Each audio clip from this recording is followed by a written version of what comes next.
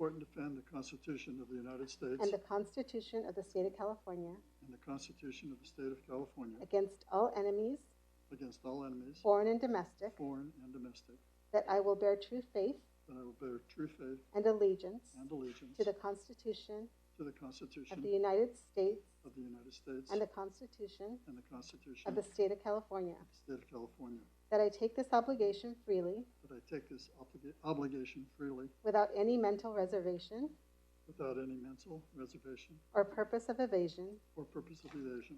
and that I will well And faithfully discharge faithfully discharge the duties upon which I'm about to enter. the duties upon I am about to enter. Thank you. Thank you.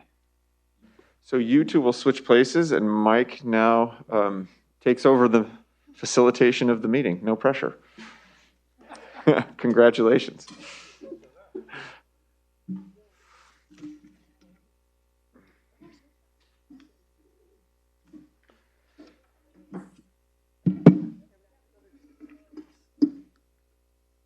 And next up, while he's getting situated, is the election of the vice president. Again, it is done by seniority. We actually have two that have the same seniority, Trustee Lopez and Trustee McAllister. Trustee Lopez has decided to wait, and so Trustee McAllister is up. So she's not here and gets to be voted in vice president in absentia. So we would again need a motion and a second So, and a vote. we need a motion, please.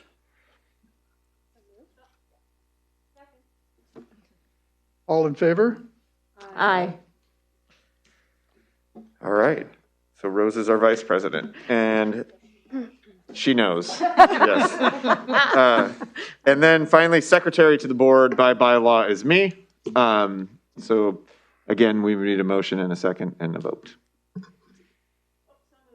Second. All in favor? Aye.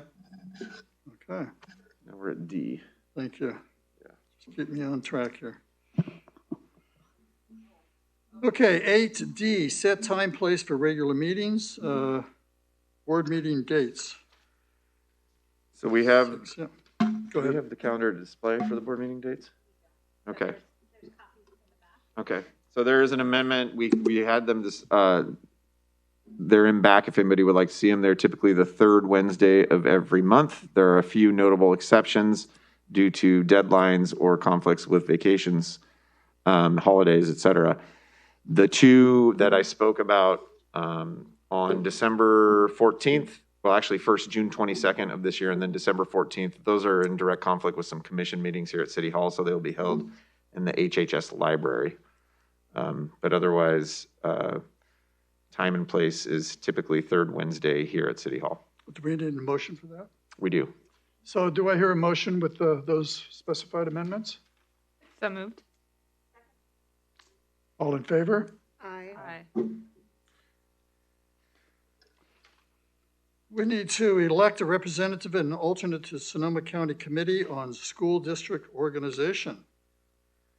This is an easy job because they rarely meet. But typically we have the president and vice president serve as the person who is on the committee, and then the vice president, the president's on it, and then the vice president is the alternate. So that would be Trustee Popmasil and Trustee McAllister suggested. So again, we'd have to vote. Do I have a motion? So moved. Do I have a second? All in favor? Aye. Opposed? Okay. And to F. This is when board members serve as liaisons to a variety of places. I'm trying to get to my page here. But so first we have the Healdsburg Education Foundation. Do we have any members that are interested? So typically that is the president of the board. There was an exception. Araceli this year wasn't able to make those meetings because it was actually her school board meetings for her job in Bellevue School District, so she wasn't able to come. Trustee Popmasil stayed on. But I would suggest we hold to the president if you're still willing to serve in that capacity. I am willing, thank Okay. you, Superintendent. Do we have an alternate or a? Well, and do we all have a second sort of a backup or second? Yeah, in vice case he president? can't make, he might be on a trip or for whatever reason. So is anyone interested? Is that not usually the vice president? No? It can be, doesn't have to be. Okay. But we can nominate Rose since she's not here. Do we want to Yeah. nominate? So I hear that Platt, Mitchell, and McAllister will be the representatives to HEF. Is that true? Yes. I think so. Okay. It's a And nice. we continue, we'll do the whole slate and vote at the end. Oh, okay. And Karen is taking notes, right? Yeah, so Policy Review Committee is currently Trustee Del Rey and McAllister. I would suggest that we keep Trustee McAllister is just getting her feet wet in this capacity, and I think would want to stay on. Donna, if you're willing, I think Yeah. it would be good to have some continuity there. Yeah, So. absolutely. Works Okay. for me. And Rose isn't here to say no. So. Could be Zooming, but Nothing more yeah. fun than those binders of policy. DLAC. I would like to take on DLAC. Awesome. Do we want to do an alternate? I'm happy to be the alternate unless someone else chooses to step in. That's fine. Perfect. Okay. We have Lopez and Patmosel. And the Chamber of Commerce, my understanding that this is an exciting event. The superintendent has told me, so I told him that I'd be willing to attend those meetings at their Thursday mornings. I can't remember which Thursday it is. I believe it's the second or third Thursday of the month at 8 o'clock at the Chamber of Commerce. They had been going virtually. We have not actually attended as superintendent and trustee because Shelley Anderson, as the work-based learning coordinator, was actually on the chamber, was president for a while. So, but she's stepping down, so we'll need to go back and be the school district representatives. So it is an early meeting at 8 in person. So we need someone who can make that time commitment. And I think Mike is willing. So I'm willing. Others that aren't necessarily That's my leadership. occupied? Yeah. And I could be your backup. Okay, Yeah. thank you. Trustee Del Rey. And the Superintendent Budget Resource Committee.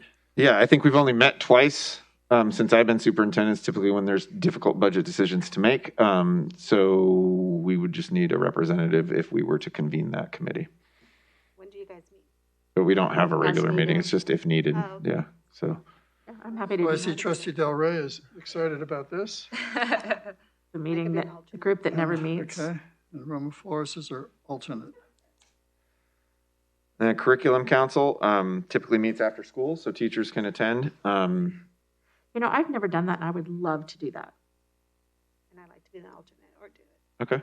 Okay, so Del Rey and Roma Flores. Can we have two attend that, or do you only? Yeah. have to have We could have two attend that, I believe. No Yeah. more Yeah. than two. Yeah, it's not like a voting. Right. Oh, no, it never committee. is.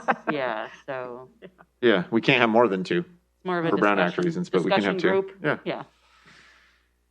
Yeah. Okay, next one's a fun one, Healdsburg High School Scholarship Committee. Yeah, this is new. So there's a number of scholarships that we'd like to have trustee participate in the deciding of, who's being awarded. Yeah, I think So- I mentioned this last year that I Right. was asked to do it, and it was so amazing. And it's like, It's everyone fun. knew that was Yeah. something that was out there. So I think everybody needs to have a turn at this because it I is. want it. I want it first. So does Araceli. Give me. Okay, so I'm hearing, What So did- Crystal, Crystal. and then if you Yeah. can't make it, maybe Araceli can go. okay, And then this is a brand new one. yeah, So we talked about this last year and we haven't had anyone take it up. So it would be someone to mentor our student trustee, meet with them periodically and make sure they understand the agenda and feel comfortable participating, et cetera. I would love to do that. And along those lines, I'd like to see if she would be interested in it being on any of these other things. Just I gonna go mean, back. Yes. there's no reason. Besides the this- scholarship committee. Yeah. Yeah. Yeah. one that meets at 8. Little Yeah. conflict. And not that you'd have to be or whatever, but if there's anything on there that like piques your interest, it would be great to have a student attend some of Absolutely. these meetings. Like, Yep. hello. So Trustee anyway. Peterson, is there anything that your blood boiling on these? And again, no pressure. And you don't have to about say this. now. We can talk about it later too. Yeah. Yeah. But I would Do you love have, to do you have that any mentor. questions about what these are about? I'm not sure. I think the curriculum council sounds super awesome, but there Mm-hmm. is two. And the one that never meets, I obviously could do that. You learn fast. Yeah, Yeah, I think it'd be wonderful to have a student on the curriculum absolutely. council. Yeah, Well, and even if you just came to one policy review, right. you'll get the That is idea, very interesting. right? It would, yeah. Great. So we'll put your name on there and make sure you get the information about when they are. And then Donna, I you would love volunteered to do be the this. mentor? Yes, I mean, we're halfway Great. through the school year, but yeah, Yeah. I would love to. Thank you. Thanks. All right. And then the last, we don't have any others, but if there was anything that there was interest in participating in, we always leave that open. Or if we forgot something, which I don't think we did. But any other suggestions from the trustees? Not at this time. Okay. Well, and future meeting topic probably is the whole health and wellness committee and food service, and would love to see a committee about this, but not something to talk about tonight, but Okay, so we would need to approve the list as we just made it. Thank So you. we need a motion. Do I have a motion for approval of this list as designated? I move to approve the list of appointments. I'll second. All in favor? Aye. Opposed? And then the last thing, we have a priority list that we always use to guide trustees in their use of time. So things like high school, there's a number of things like board meetings and high school graduation that are musts, and then some optional things that are on there. So I encourage the trustees to review it and understand where our priorities are in terms of events to attend throughout the district. And of course, you're always welcome at any event.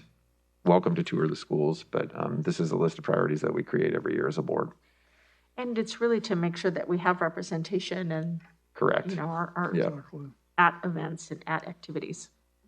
So I don't know that the public has a copy. Do you all have copies of this in your board packet? They're in the packet if they have it. Okay. Yeah. So, all right, I won't go through it then. Okay. But there's a lot, so we get to be out and about, Yep. which is nice. And we would need to approve that as our priority list also. Sorry. Oh, okay, thank you. That's why you're here. Yep. Okay, do I have a motion to approve the priority list as designated in the packet?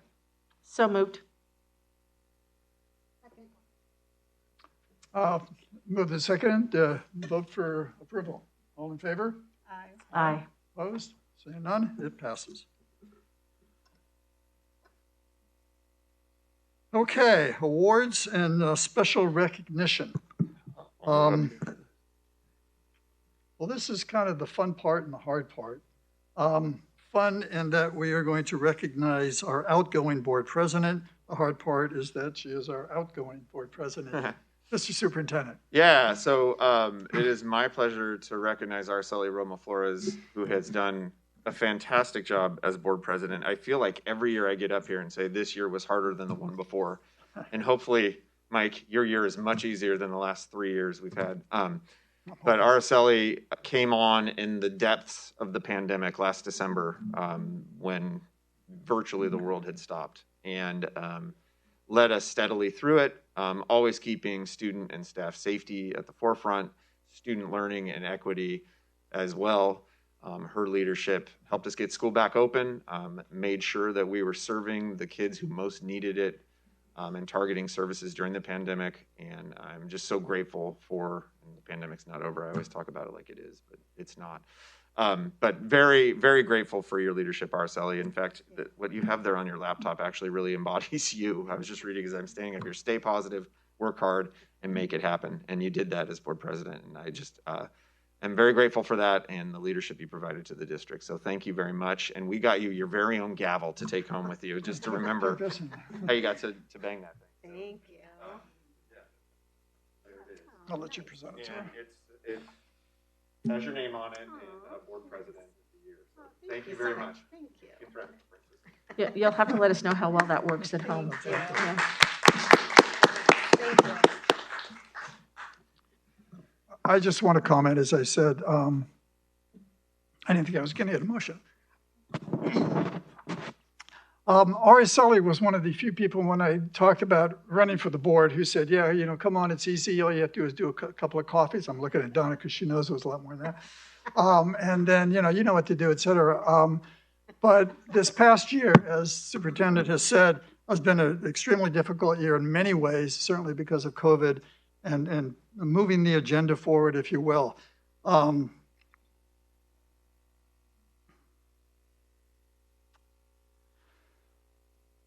you have moved us, and you have moved the agenda as far as equity, as far as anti-racism, as far as doing what is the best for all of our kids, not just some, not just these or these or these, but the whole group and also as a unit. And number one. And number two is making this board who we are today. I mean, this is a good board, and because of your leadership, we are that way. And I thank you and I celebrate you. Thank you. Yeah. That's very kind. That's true. This is an amazing board, period. Well, thank you. And now you don't have to cringe when you see my phone number calling you. So typically when things go sideways, the president gets a call from me. So get ready, Mike. Yeah. We're going to be all good in 2022, though. Thank you. So, okay. Well, thank you very much for your service. Okay, I'm going to say less happy, but it's also a very honorable thing to do. And I'd like to invite Principal Jones Kerr. I'm actually going to take it. Yeah. So I invite the superintendent to yeah. honor our a heavier topic, certainly. Pat McDowell. I worked with Pat for the last 12 years, and I knew him pretty well. As we all know, he passed away, I believe, in October. And so we wanted to highlight just different ways that the high school and the community have honored him. And then one last thing that is actually, I think, on consent today, that we're gonna do as kind of a permanent fixture at the high school. So you can go to the next slide. So Pat, I have the clicker. He was a teacher at Healdsburg High School. He taught biology primarily, although he also taught other courses, most notably marine freshwater ecology, which is a new course, and then AP bio. He was a football coach for a long time. He attended Healdsburg High School, played football for Healdsburg High School. I think he graduated in 1985. Really embodied what it meant to be a hound. He lived that and really invested in our students. And so we are very grateful for his lifetime of services and the positive impact he had on our entire community. To that end, I want to thank publicly Cindy Beth, who really spearheaded an effort to raise money to buy T-shirts that our entire district wore. So every student and faculty member at the high school got a Pat McDowell number 72, that was his number in football, T-shirt, and then on the front it says Forever Hound and has our logo. Everybody wore those to school on the 29th of October. And that was the day at our home football game that we retired his uniform number. And there you see Todd Sheehy, who is a current teacher at the high school who actually had Pat as a teacher when he went to Healdsburg High. Mr. Rob Lee, who is a beloved retired science teacher and was a colleague of Pat's for decades.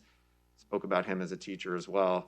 And then, of course, our coaching legend, Tom Kirkpatrick, who coached with Pat for years and years and years, spoke and just honored him. We retired his jersey number. Nobody will ever wear number 72 again on the Hounds football team, and we'll be hanging it up in the gym. And then finally, we are buying a bench to memorialize Pat and his contributions. So you see what the plaque is going to read, and the bench is going to be adjacent to his classroom. I think it's going to overlook the vineyard outside the science classrooms. So small things that we are doing to recognize a lifetime of contributions to Healdsburg. But he will be missed. He had his memorial service 2 weeks ago at Rec Park. We were actually able to underwrite that by being the hosting agency, so there wasn't insurance issues for the family and things like that. So he is missed. We miss him terribly, and the kids do as well. And so thank you to Pat McDowell and his family and for everything he meant to our community. All right. And while you're up there, Mr. Stewart, this is an extra, but it is about special recognition for our basketball team, both the boys and the girls, in the rebit tournament. Would you just speak briefly about the excitement? We had, not agendized, but take this as a public comment on non-agenda items. We did have a fantastic rebit tournament. It was, I think, an amazing opportunity for families and students to actually get together again and root for the teams. Both the boys and girls did incredibly well, making it to the championship game with some tough losses. But just a great display of school and community pride and coming together. So it was wonderful. Right. Thank you. And celebrating our successes, Healdsburg Junior High School Clubs, Director Fender, and Principal Miller, and others. I'm going to turn this over to Principal Miller and our teacher, counselor Bethany Carlson, and students that are here tonight. I just want to recognize Mr. Miller's leadership. We've always had robust clubs at the high school. This is something we've all noticed and wanted to do more at the junior high. And so we've got some exciting stuff for our staff to share with you. And I just thank them for being here on this wet, rainy night during finals week. So thank you for being here. All right. It is an honor to be here to talk about our success with implementing new clubs at the junior high school this year. And I have several staff members here. I have Bethany Carlson, who I will talk about briefly in my presentation. She's our school counselor. Joanna Polisari, who is a new, mostly 6th grade science teacher, also has a 7th grade science section. And 3 students, Mia Halverson, Bo Wilson, and Luciana Alvarado, who will talk about their experiences attending some of these clubs.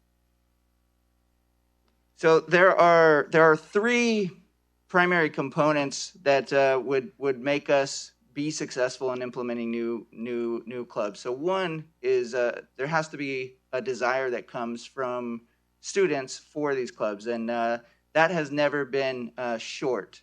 The next component of organization is sometimes where we've struggled to kind of put all the pieces together. Luckily, Bethany took that on and was sort of the driving force of helping to organize students. It was really their voice of coming together and saying what they wanted to do for clubs, but it required a little bit of organization. So we got a Google form out to students. They got to express what they would be most interested in their clubs, and then the next piece is finding willing staff to be advisors for the club. So we started with students coming together and creating a list of ideas that they were most interested on, and then voting on those as a whole school. And then we had Bethany work on recruiting some staff to potentially be advisors, and we had, like I said, several willing advisors this year. So we have one club that is existing already and has been ongoing and has been highlighted recently in some local press, and it's sort of a model club for other schools in the area. It's our GSA club, Genders and Sexualities Alliance. And this year we've been lucky enough to partner with LGBTQ Connection, a community organization that is kind of help take our club one step beyond where it has been. I'll let Bethany talk about that momentarily. And then we also have 4 new clubs, which we'll talk about: Creators Club, Art Club, Jewelry Club, and Gamers Club. And we have some students who are participating in more than one club, so it has been kind of hard to track exactly how many students are actively participating, but in looking at all of the students who have participated and attended at least 2 sessions of any given club, we have about half of our students who are actively participating in these clubs. And we kicked off clubs by having a club day sign up. So this is just a picture of students signing up for their clubs on the first day. And then I will turn it over to Bethany to talk about GSA and Youth Leadership Team. All right. Hi, everyone. So this is our 7th year doing the GSA Club at our school. I don't know how that's happened, but I've been fortunate to be an advisor the whole time, a co-advisor. I work with Mr. Owen and Mr. Pearson. They're the other advisors this year. And it's been fun to watch the club transform over the years. It started out as more of a support type of club, and now I think we average about 40 students every week We hang out in that first picture, or I think in those pictures on the left and right. We hang out in the back patio in Mr. Owen's class because then they can eat. We've had to be a little creative this year, but it's a safe space for our LGBTQ students, a lot of allies as well. It's just, and they like being hidden as well. It's like just a cool little spot for them away from everybody. So we talk about activities that they can do on campus, but it's a really positive club, and it's been fun to watch it grow over the years. And then the youth leadership team, as Mr. Miller had mentioned, that is run by LGBTQ Connection. They reached out to me in the spring and asked if they could join forces with us. And then at the beginning of the year, asked if we would have students interested in participating in this YLT. We have a whole bunch of 6th graders and I think there's a few 8th graders as well that took this on, and they meet after school on Wednesdays. They work on community projects and work on leadership skills, and I'll let them talk a little bit more about that. But that's been a huge success, and it sounds like LGBTQ Connection is going to take this program, what they've done at our site, and take it to other schools in the area. So it's been kind of a fun experiment. So,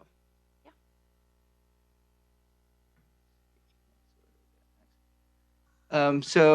Mr. O'Donnell is the facilitator for the Creators Club, which is sort of more of a STEM-based makerspace club. So they meet every other week, and they also meet once a month after school, with the whole idea of just creating, and without a whole lot of limits on what that means or definition about what that means. And they have a variety of materials, and you can see a small handful of the things that they created there.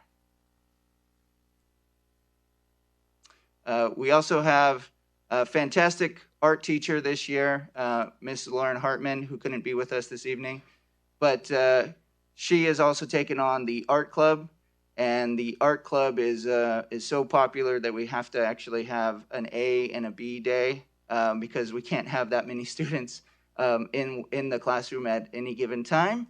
So, but it's an extension of a lot of the things she's doing in her art classes, and we just had our art showcase for those classes, and it was very successful. So students are getting the opportunity to show off what they're creating in both class and in the club. Hi, I'm Joanna Polisari. I am the advisor for Jewelry Club. So it's my first year at Healdsburg Junior High, but when Bethany came to us saying she wanted to start clubs, I thought that was a great idea, so I hopped on it. So here are a few pictures from what we've done in Jewelry Club so far. Similar to Art Club and I think Games Club as well, we had so many students show up that they're split into 2 groups. So we run an A group and a B group too every Friday. And so far we've made bracelets, and we've made like the friendship bracelets with string as well, which have taken a while. So we're still working on those, but it's really spearheaded by what the students want to do. So they come up with the ideas and then we provide the supplies. And I think you'll hear a little bit from a few students who do that tonight.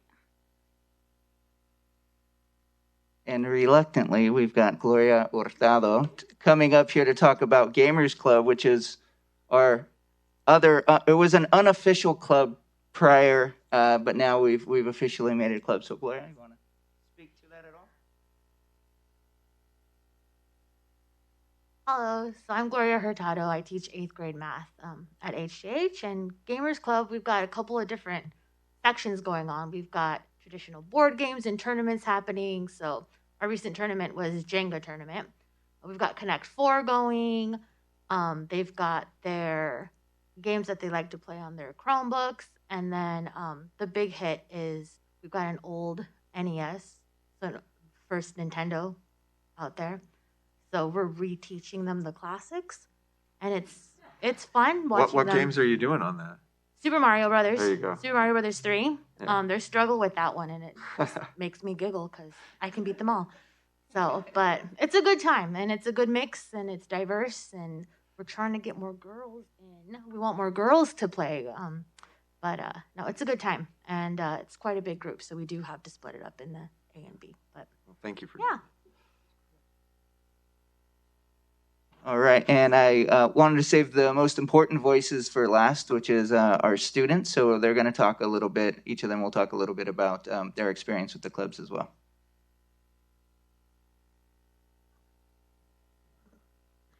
I'm in Jewelry Club and GSA. I really like Jewelry Club because you could bake things and be creative while at school. Something that I thought was really fun is we're making friendship bracelets, and I never learned how to make a friendship bracelet, so it's really fun to do it in school.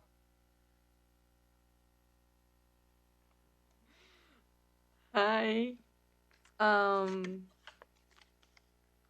What I really like about GSA, like in YLT, is that it's a safe place for LGBTQ members, and you can be whoever you want to be, and it's the activities are really fun. I'm in a lot of clubs, but the two that I enjoy the most is probably art club, jewelry. Oh, there's actually three, but art club, jewelry club, and creators club. I don't. A while ago, creators club after school on Tuesday, they brought a cricket, and we got like not like a live cricket, but it was like a printing cricket thing. And you could like put designs on like t-shirts and stuff, and I just think it's really fun to hang out with your friends at clubs during lunch. Awesome. So hopefully that provides a little bit more insight into some of these new clubs. And like I said, I think it's so important for us to create safe spaces and fun spaces and ways to have students connected outside of the classroom.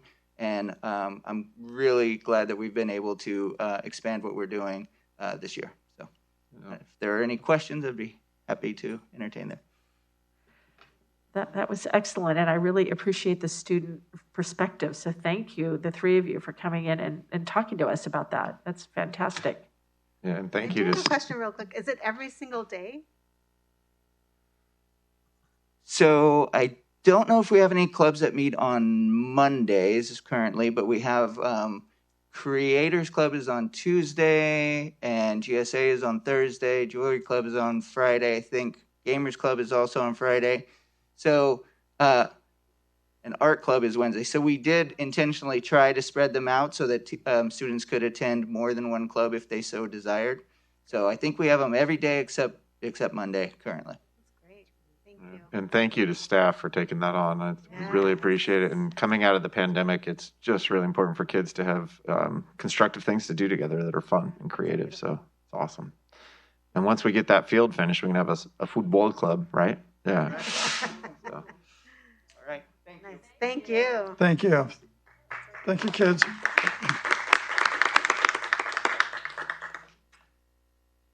Okay, we move on to item 11, public comments on non-agenda items. The public may address the board on any consent action item or item not listed on the agenda pursuant to the Brown Act. During this period, the board cannot consider issues or take action on any item not listed on the agenda. Time is limited to 3 minutes per person. So we have two, and one is in person, and one is going to be through Zoom.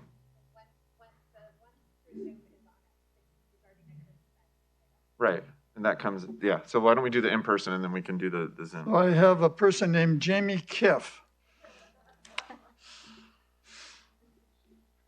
Good evening, board. I just wanted to take a minute and recognize the junior high for the amazing art showcase they had last Friday. It was outstanding. And I just wanted to publicly say what an amazing job our new art teacher is doing, and just to see that thriving at the junior high and the scope and breadth of the art that they produced was amazing. So a shout out to that. Thank you. That's All Miss right. Hartman at the junior high, yeah. Thank you, Ms. Kiff, our former president and trustee. Okay, so now we are on to a new frontier, which is a virtual public comment on Zoom. Yeah.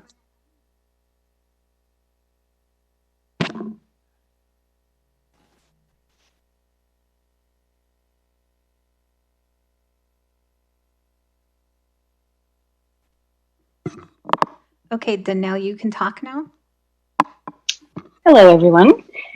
During the last school board meeting, I was really happy to hear about the new freshman compass class for the next school year because it seems like a very well laid out program that's going to allow students to learn important life skills and to explore their goals and the future careers. There's just a few comments and concerns I wanted to share with the board. I'm the parent of a current 8th grader who will be in the freshman compass class next year. And I just wanted to, I was wondering if it was taken into consideration that this is the same class of students that piloted 6th grade seminar at the junior high 2 years ago. 6th grade seminar was unfortunately deemed a failure because it wasn't implemented according to how the plans were laid out, and it was removed from curriculum the following year. And because 6th grade seminar was an elective, students were only allowed the choice of one elective that year rather than 2.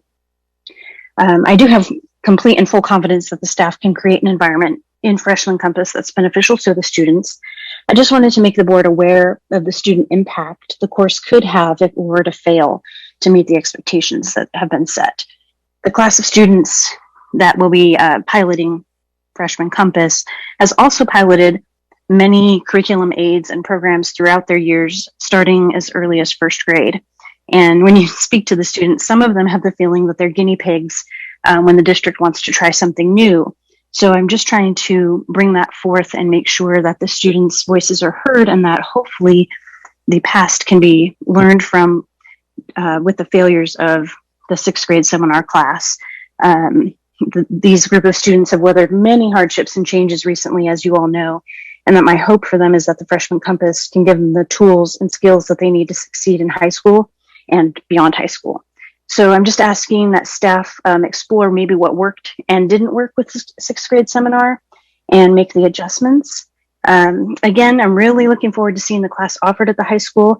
I hope it's a great success for the students and the staff because it sounds like something that's very much needed during this time. And just wanted to pass those comments and concerns along. So thank you for your consideration. Thank you, Dana. And it works. It's good. Yeah, public comment on Zoom works. Duly noted, and thank you to the parent for a comment. I'm sorry I didn't get your name, but thank you for pointing that out. And my only response to that is that given the presentation that we were given previously, yes, I can. It's, I have full confidence that it'll be as successful for the students. That comment probably should have come under 12, approval of consent agenda, because part of the consent agenda is the freshman compass. So we have a consent agenda. Do I have a motion for the consent agenda to approve it? Second. Any questions or comments? All in favor? Aye. Aye. Opposed? Passes. Thank you. Okay, public comments on agenda items. Members of the public have the right to address governing board on any items of interest, provided it relates to the subject matter jurisdiction of the board. Your request to address the board will be heard at the time the item is being discussed. In accordance with Board Policy 9323, individual speakers shall be allowed a total of 3 minutes to address the board for a maximum of 20 minutes on each subject matter. With board consent, the president may increase or decrease the time allowed for public presentation, depending on the topic and the number of persons wishing to be heard. The president may take a poll of speakers for or against a particular issue and may ask the additional persons to speak only if they have something new to add. Okay, that said, we move on to item 13, student learning. Yeah, so it's my pleasure to introduce, we have a few people here from North Bay Children's Center. We actually had a wonderful ribbon cutting for the new outdoor classroom playground area at our preschool. And so Christina Sisick is here. Susan Gilmore, who is the CEO of NBCC, was going to be here, but is not feeling well, so she was sent home. Christina and her staff are here. And so Christina, thank you so much for being here, and Nicole, and we really look forward to hearing about what's happening at NBCC. Thank you. I am Christina Sisick. I am the VP of Programs for North Bay Children's Center. I am representing Susan Gilmer on her behalf, and she's unfortunately under the weather. She sends her regards. I also have Nicole Porter here with me. She is the site supervisor of Fish Mountain Preschool, and she will give a report out on the site. North Bay Children's Center and oh, I have a clicker. Okay. Sorry. Our mission is to ensure that all children, particularly the most vulnerable, have access to high quality early childhood education, which is the foundation for future academic success. We have highly educated educators in our skilled workforce, and have professional development woven in for our staff throughout the year. As you know, as you have experienced, COVID impact has been hard this last couple of years, or year and a half, 2 years we're going into.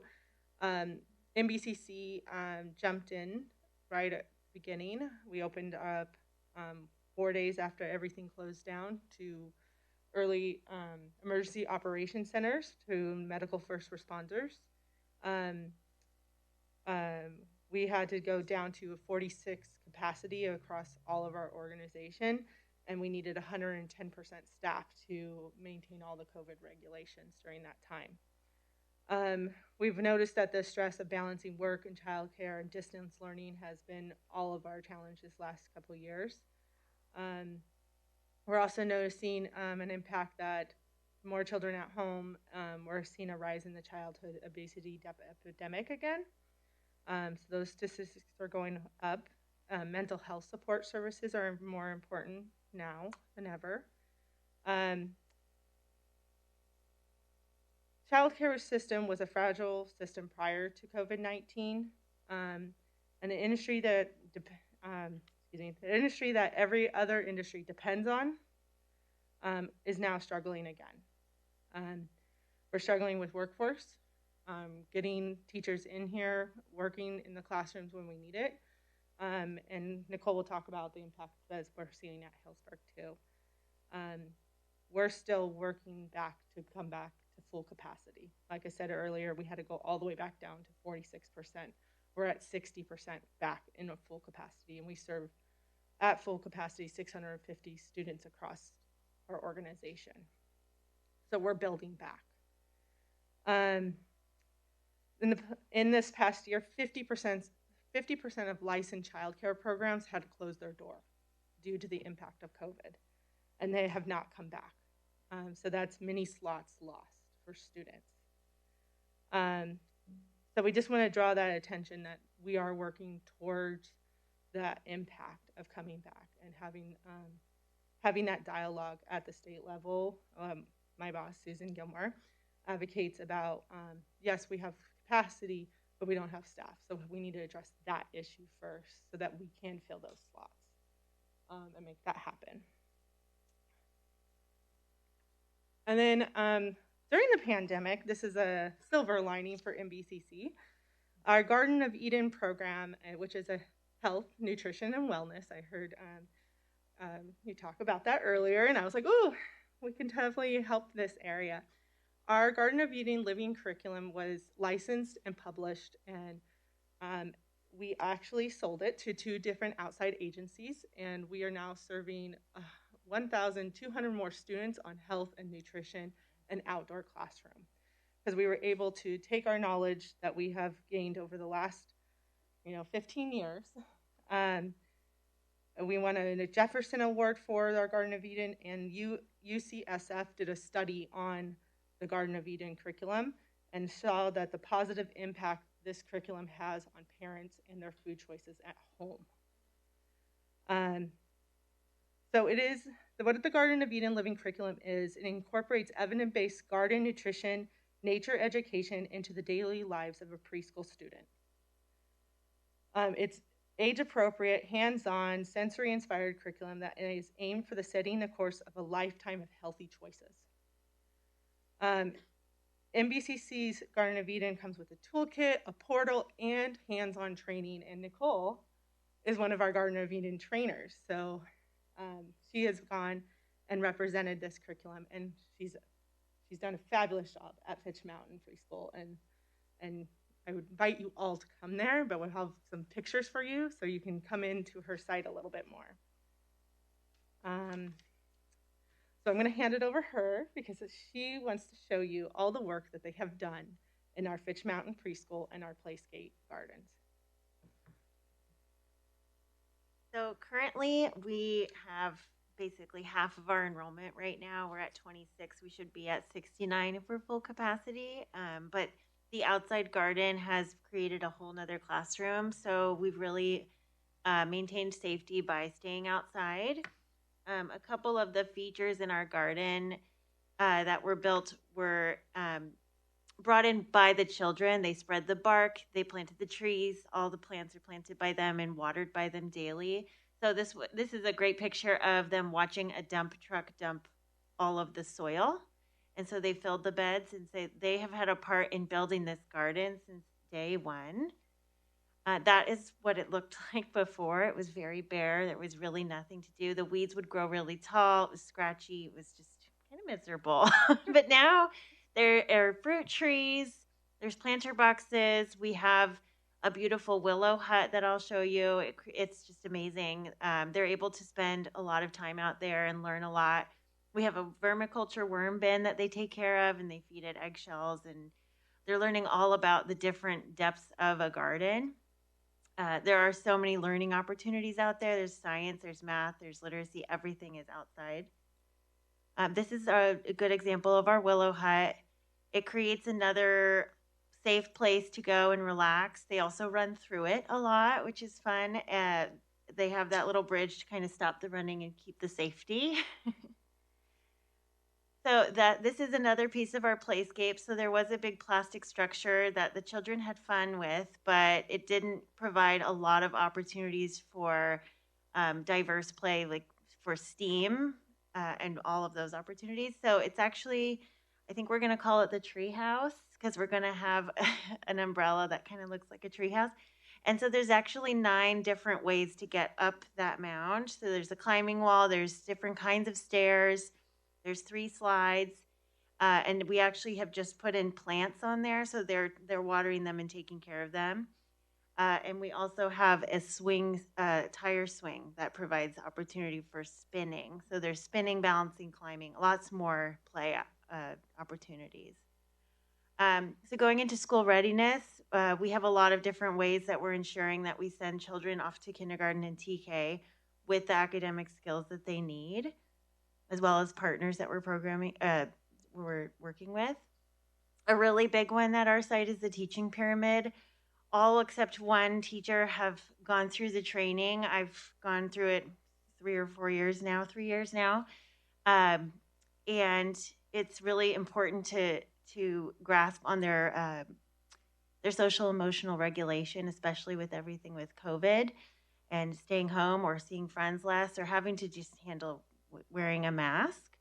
So we really focus on building relationships with the children and trusting relationships and having opportunities for them to regulate themselves, whether it's finding a quiet space, finding ways to calm down, going into the garden. So it all goes together pretty well. The Talk Project, Araceli, I know you're familiar with it. We are diving deeper into it this year with a year-long coaching, focusing on 2 strategies that go with the teaching pyramid, which is consistent routines and using their home language. All of our children are Spanish speakers, so we need to make sure that we honor their home language and then start to really introduce English as the next language for them. For the stream, we've also gone through some trainings for that. With our outdoor space, we also brought in new materials. So that could be ramps and tubes. We have some chemistry with our cascading water table. Introducing, what else is there? Sand toys that are pouring and scooping. It's just very different things. And also seeing what they do with these objects. So this one, you could see that all the balls are in the tube, and they had a plan that they would all come down, but the tubes connecting wouldn't allow it to do that. So they had to kind of problem solve. What is stream? Oh, I'm sorry. Science, technology, reading, engineering, art, and mathematics. Usually it would be STEAM, but we've added reading in there. Very important. We also are an inclusive preschool. So this child here, he is deaf and he has cochlear implants. And so he has started, he's 3, he'll be 4 on Friday. He has only been hearing for 6 months and he is already signing and talking very familiar with sign. And so are all of his classmates and his teachers. Yeah, one of his teacher actually has a cochlear implant. So she was familiar with sign language. And when COVID started, I said, he's coming. And so we dove into putting signage all over the room. We have a paraprofessional that we're working with the district. We have speech therapy. The newest thing that we have introduced to that classroom is name signs, because he's just kind of pointing to everybody instead of saying who they are. And I had never heard of what that was. And I guess you give yourself your name or he would give it to us. But since he's so little, so all of the girls are their letter with long hair. And his, because he's always saying he has to go to the bathroom, it's in front of that's his, in front of his heart. Did you choose that? Well, I think so. I don't really know. Maybe his mom helped, but it has been very interesting to navigate, including him, but it's been very good lesson for the children. And they know that if he doesn't have them on, he cannot hear them. So they are very patient. So that has been very successful.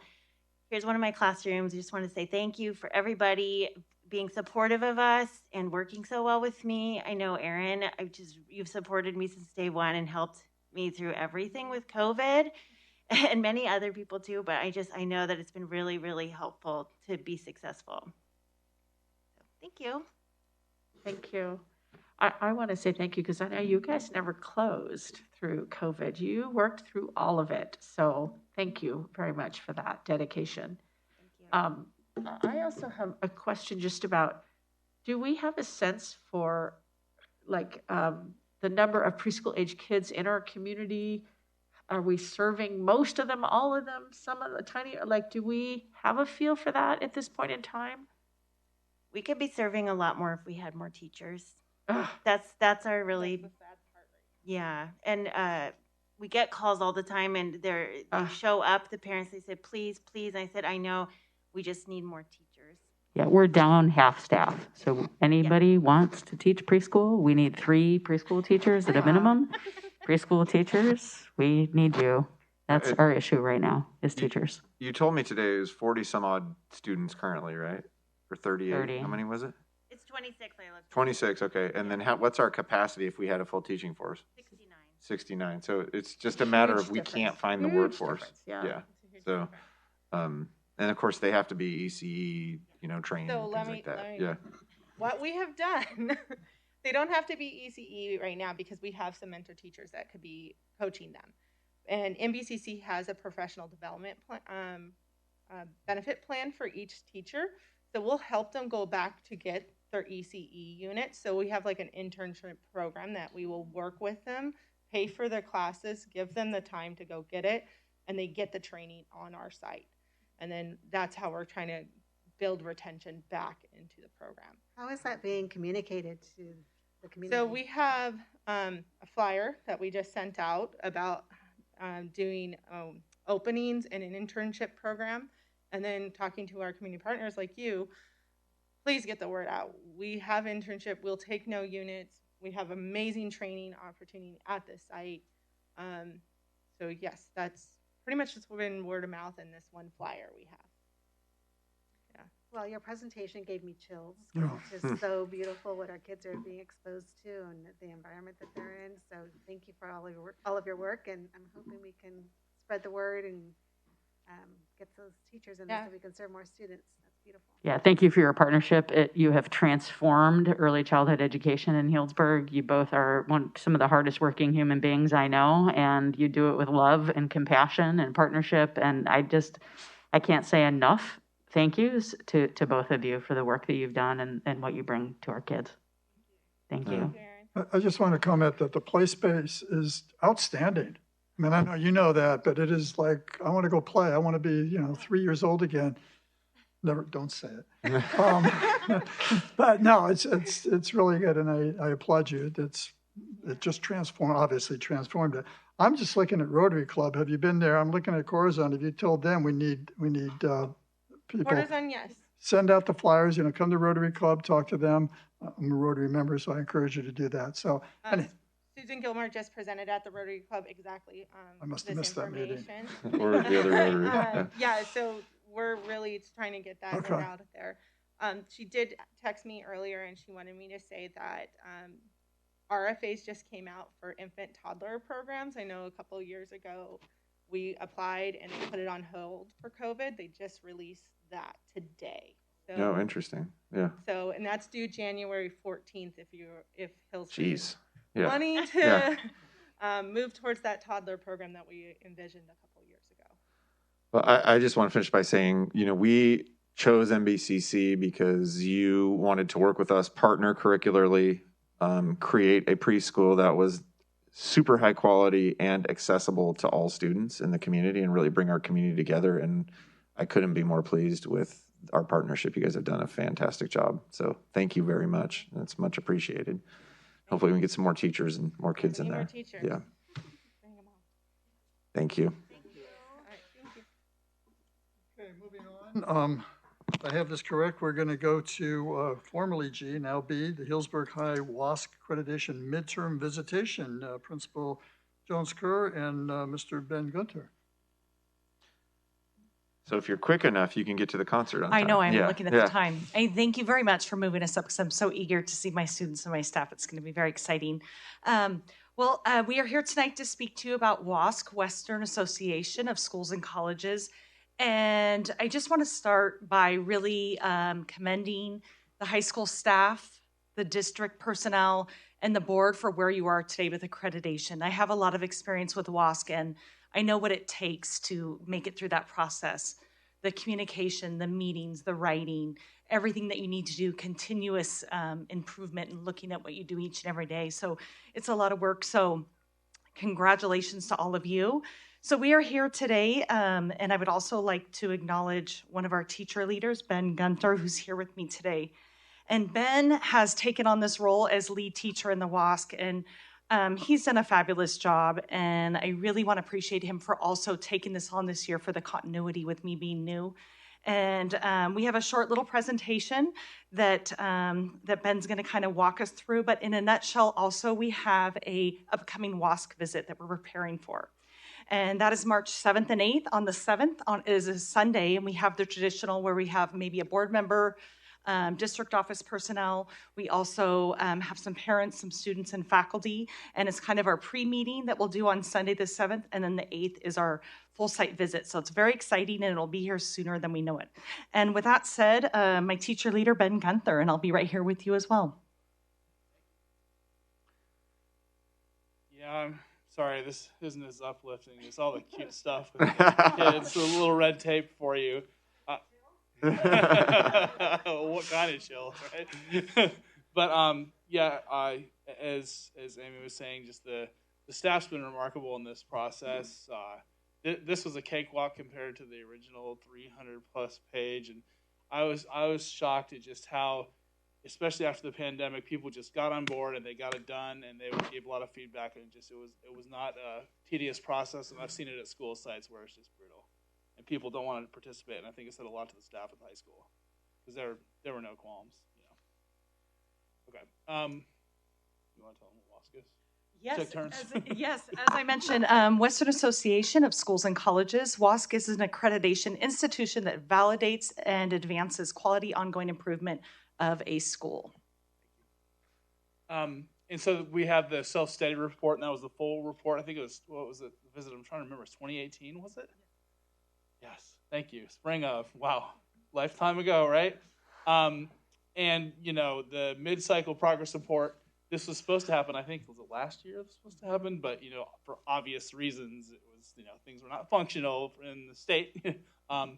But, we're now back on board with that. And the reports, they're viewed by educators, people that are not part of our institution, excuse me, but they come from other institutions. They're going to come see, well, okay, this is what these folks are doing prior, and now where are they at today? It's important, that footnote there too, you need to be accredited to be able to send kids to college, right? So this is an important thing in our mission. The validation is done through a self-study report and mid-cycle progress report created by staff members and reviewed by stakeholders. And really, this whole visit and our whole report and with them coming out is for them to validate what we're doing. They're really a partner with us and support us, but it's really to validate and make certain that what we say we are doing for our students. And these reports are reviewed by other educators, WASC committee members, not part of the school committee, and validated with our school visit March 8th. These are the sections that you can peruse when you look through the document. Again, much lighter reading load than the prior one, so I don't think you'll have as much homework on this one. Student community profile data, significant changes in development, obviously a lot, stakeholder engagement, progress on implementation of previous action plan and action plan. But, I'll say that the staff, the adapting and everything that happens with distance learning and then coming back together now, we have great new leadership going on. It's a really positive.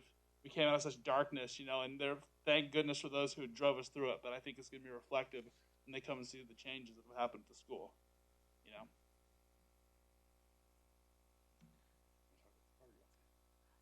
Okay. Detail. The data is relevant to the high school on pages 25, 26. List analysis of the data, on-track data, exemplary data, areas of discussion, notable data, and areas of concern or discussion. You'll know stuff's color-coded, so we tried to kind of, along with the way the LCAP will be, these are things that we need to focus on and bring attention to. And as it says here, much of this data was also analyzed through LCAP. Social emotional data, that was very important. As demonstrated by co-vitality data, youth truth data, the number of natural disasters that have impacted our county. I mean, even in the original visiting committee, one of the members, we still don't know what happened to his home. He lived in Paradise, right? I don't know if we should have, So, yeah. And academic support continues to be a focus, especially in analysis. The impact COVID has and will continue to have on our students. And it's constantly.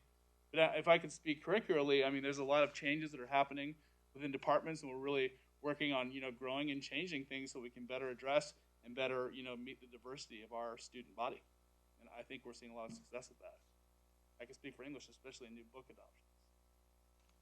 Did you want to add anything about that? I would just like to second that. You come into a school year thinking what the students need, and then you all of a sudden have to revamp and change because we have to meet the needs of our students, and you never know.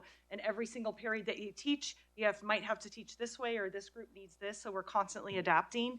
And I could not be more proud of the staff for meeting the needs of our students each and every day. Significant changes and developments, again, natural disasters and pandemic implications, leadership and curricular changes, and just, naturally we're evolving.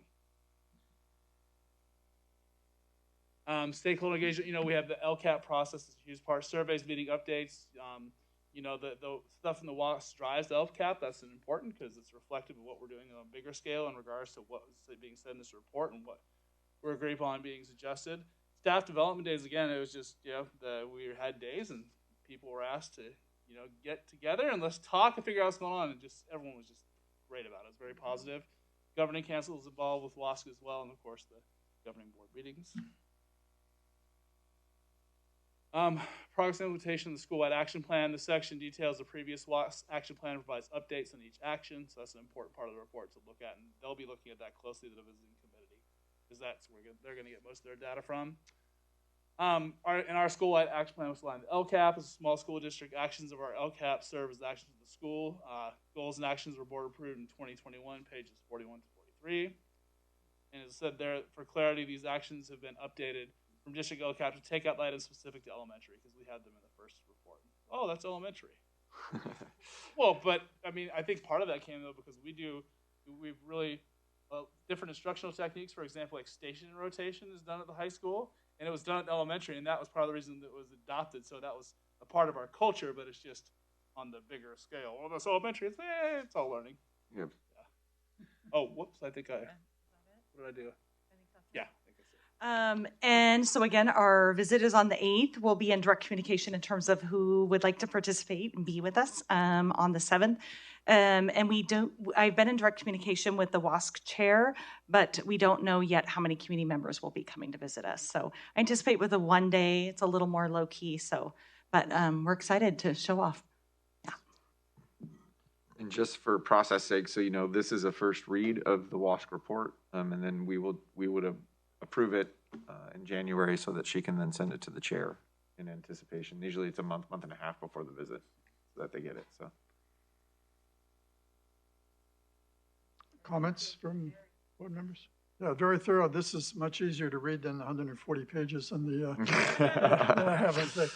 I did want to make a note and a thank you that on your, I'm not sure what page it is, page 4, I guess page 3, not sure, page 4, that you put in the school district vision statement. I appreciate that, and also the mission and value statements, and I appreciate you incorporating those for 2 reasons. One, because we want you to, but also so it's out there, and as people read this, this is what we, the district, are about, and the previous page certainly states what the high school is about, and I appreciate that as well.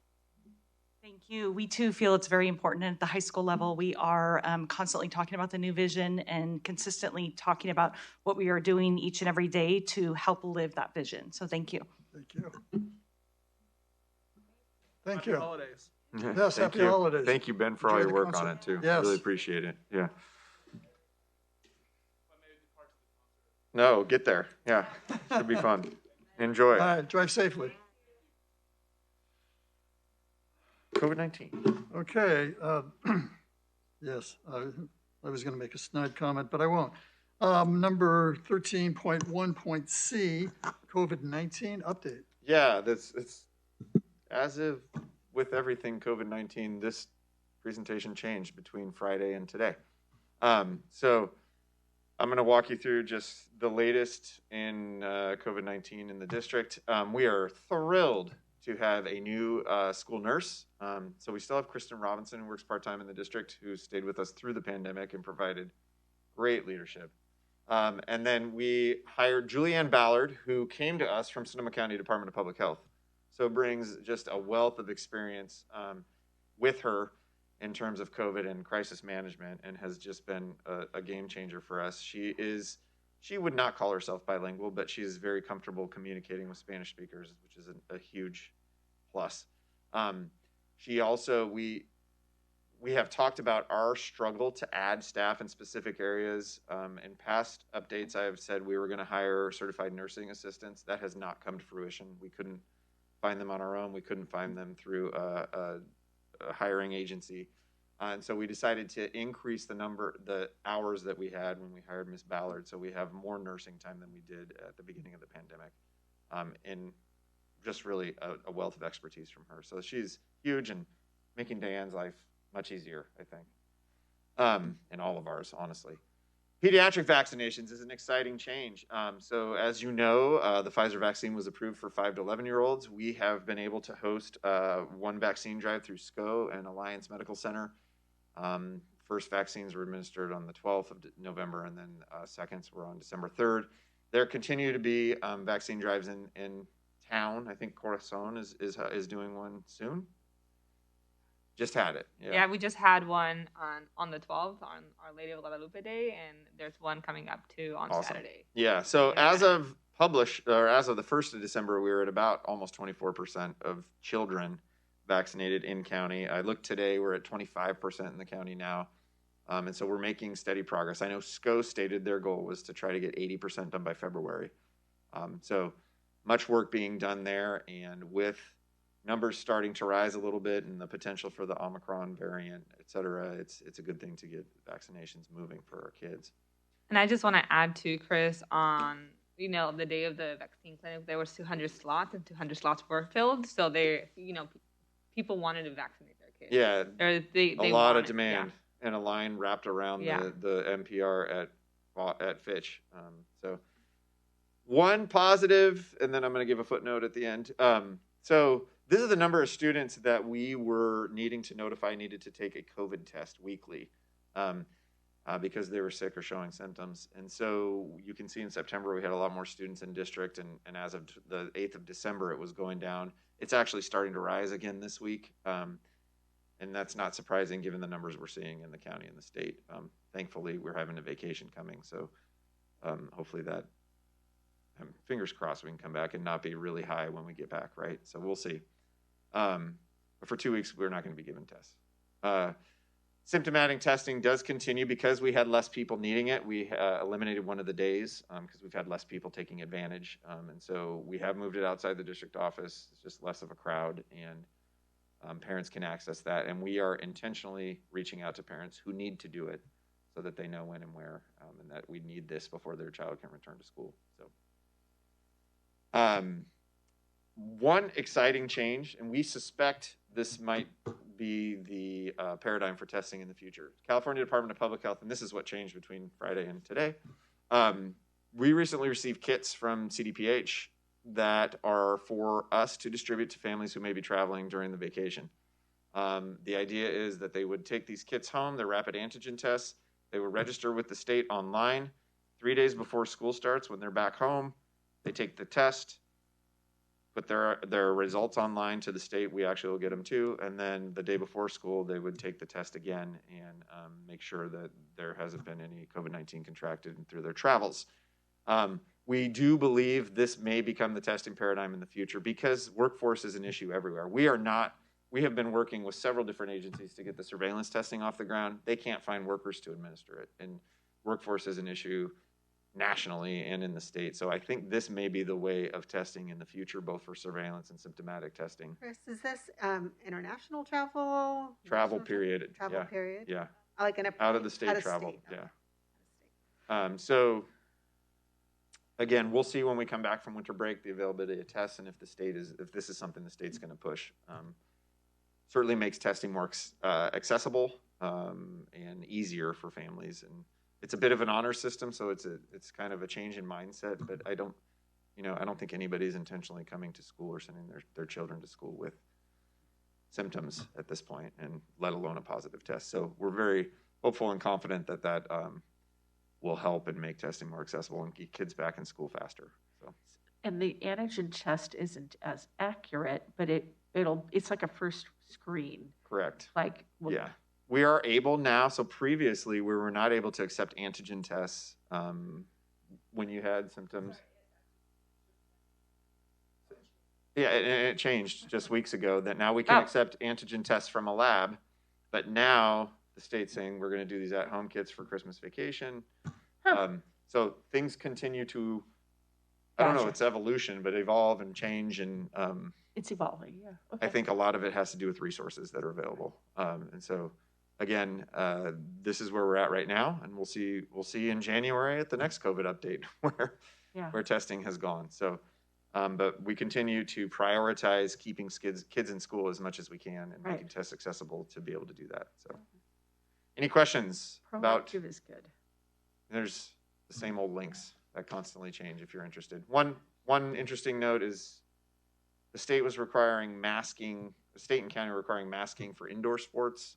So playing basketball with a mask on, and that has been relaxed. So when you're in game, you don't have to wear a mask now, but when you come out of it on the bench, you wear a mask. That was just last week in time for rebid. So, yeah. Questions? It will all change tomorrow. I do appreciate the update, though. Thank you. Thank you. Wow. We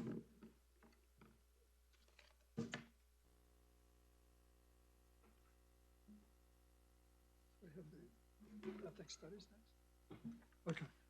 Moving on, we have the Healdsburg High New Ethnic Studies course for 2022-23, and it looks like instead of Principal Jones-Kerr, we have Rick Defender. Yeah, I took this for Principal Jones-Kerr so she could get off to the concert. In the consent agenda, you approved 4 new year-long courses, right? Audio Production 1 and 2, English 10 Honors, and Pre-Integrated Math 1, as well as a revised course. We heard from a parent about French Compass. So new courses on the consent agenda, which is standard, that we heard it last, and then on the consent. However, with ethnic studies, we felt that it was important to allow time to speak about it. It's an important course. It's a semester-long course, and making sure that the board had any time, if you all had anything to say or had any conversations with our community members, or if any community members wanted to make public comment, we wanted to make sure that we had this discussion. So just a reminder, the course is a graduation requirement. We're a little ahead of the game here because of the work that we've done over many years to become a more equitable and socially just school district. So we feel that we're ready to go, that our teachers are ready for this, our community is ready, and our students are certainly ready. A semester-long course. It will follow Freshman Compass. It'll be the second semester of their freshman year. There are 4 student learning outcomes, right? Four learning outcomes, and I think those are important, and I'll summarize. So one of the 4 is for students to have a better understanding of themselves and the context of the history of the United States and our contemporary society. Another learning outcome is that students will be able to discuss identities, including race, ethnicity, culture, gender, sexuality, and nationality in the ways these categories are socially constructed and how they affect students' lives and the lives of other people. The third learning outcome is to be able to explain institutional oppression of various marginalized groups and examine the resistance to that oppression. And the last learning outcome for students is to develop academic skills in reading, analysis, and writing of historical narratives that can be applied in multiple academic courses.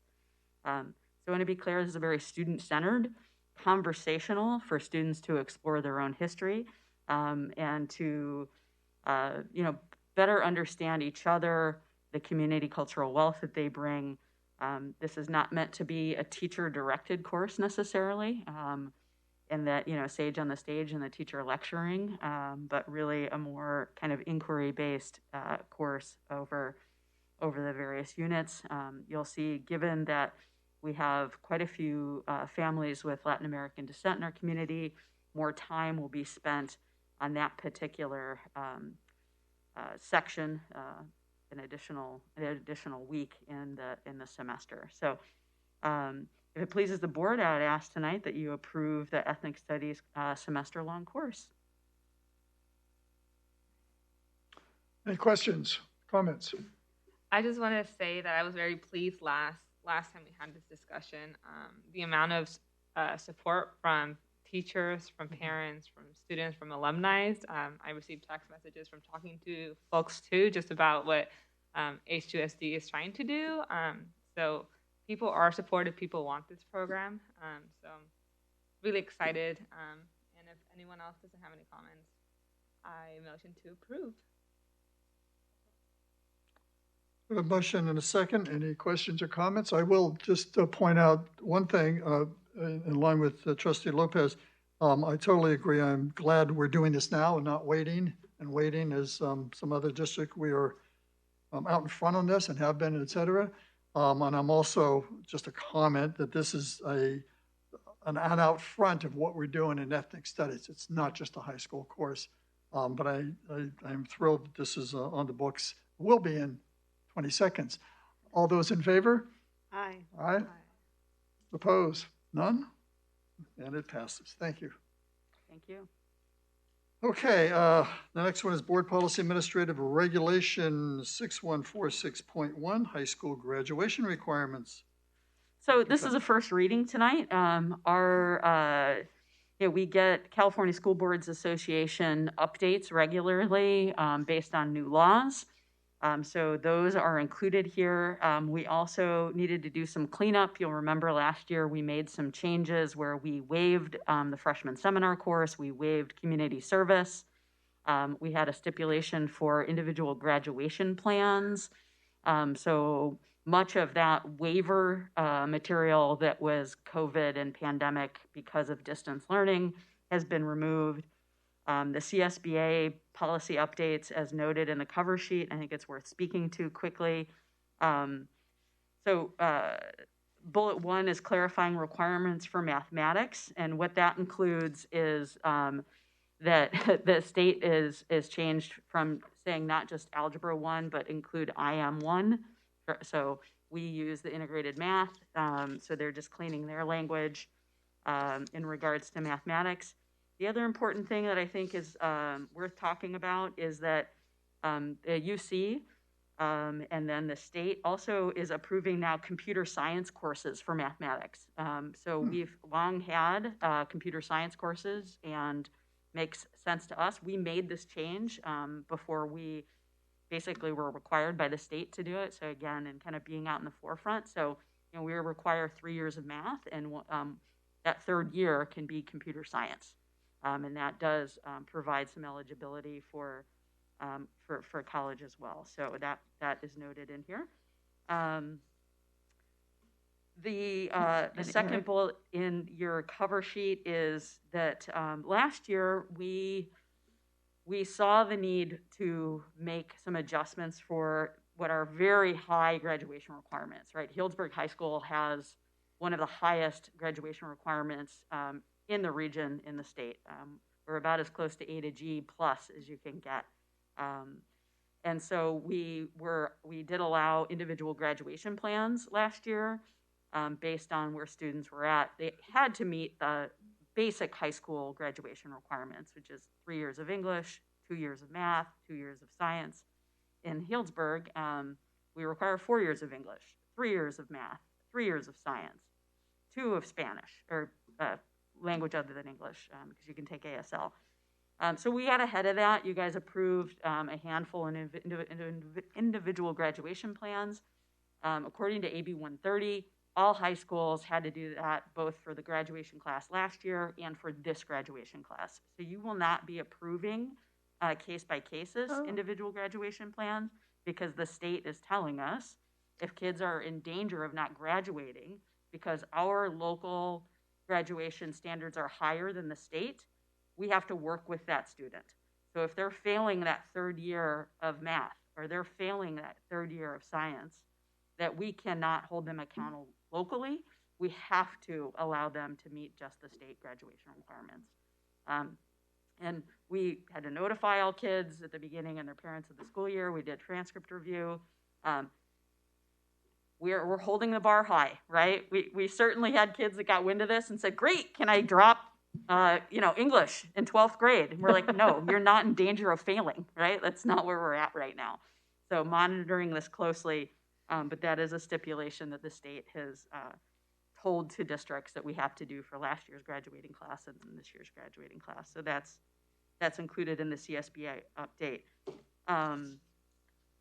I think, again, on the cover sheet, revision from, we've had a year-long freshman seminar course. We've waived it for the last 2 years because of the pressures of distance learning. What we're doing is, instead of a year-long freshman seminar course, we're going with a 1-semester freshman compass. And then we're adding the 1 semester of ethnic studies. So instead of year-long freshman seminar, it is now a semester of freshman compass and a semester of ethnic studies. And so that's included in what you're seeing. And you guys are not approving this tonight. We're just talking about it. Hopefully we would approve it in January in time for the students to make course selections, right? When kids come back, we got about a couple weeks, and then towards the end of January, early February, they start making course selections. So we want to make sure that kids know what the graduation requirements are and their families know what the graduation requirements are prior to course signups. So that has a little bit to do with the timing. And then the last is a CSBA regulation update that is a provision to make sure that we notice eligible students about the availability of the exemptions from local graduation requirements. So we have to have it posted on our website. We have to email families and students, so we can't just wait for them to come to us and say, hey, I know that I don't have to have 3 years of math or 3 years of science. That goes above and beyond what the state requirement is, that we have to notify them in that due diligence. So that's a summary of the changes. Like I said, tonight is a first reading. We'll let this settle a little bit, and then we would bring it back for approval in January. Erin, do we have a computer science course that would fit that third year of math at the high school? Yeah, we actually have two. Mhm. So we have Just making exploring sure. computer 2 AP science. computer science. Yeah. And But we have now AP. instead of it just being an elective, it's actually a math A to G. Correct. Excellent. For a third year, right? So Right, they for a still third have year. to meet. IM1, IM2. Correct. Yeah. Gotcha. That's really excellent. That's like, yeah, Broadening their horizons, yeah. our horizons. Yeah, it's Is- very is- 21st century. Yeah. Is right? Mike Ephraim excited about this? He should be. I haven't Yes. talked to him about it, but yeah. Yes, he is. Yeah. Yeah. Any other questions or clarifications needed right now? And again, I'm happy to talk through any of this if you let it marinate a little bit, or if anybody in the community is watching and has any questions about what this might mean for their child, or kind of for where the direction that we're headed. So I have a question on the ethnic studies. So our freshmen this year will not be taking an ethnic studies. Right. The kids who are freshmen this year, Correct. no. Okay. Yeah. So it'll be next year's freshman class. Yeah. The kids who are currently 8th graders with Mr. Miller. Okay. Yeah. So they would be automatically assigned one of their 7 courses. Is as the parent, Ms. Jenkins. It is one of their elective courses, I guess, if you would call it elective. Yeah, assigned elective. Parent, the kids might think. that. How does this change units, total numbers of units? No. Total no, it just rearranges them a little bit. Okay. Yeah. So what does like the freshman seminar ethnic studies units replace? Does it replace? Right it? now, they're just elective. But now it's a requirement, so it doesn't add units? So it has been a requirement. We just waived it as a required course for the current freshmen, and then the kids who were freshmen last year. They still have to take a class. Oh, I see. We're just not telling them Thank they have you. to take that class. Okay, thank you. Yeah. Yeah. So they still have to take 7 courses as freshmen. Mm-hmm.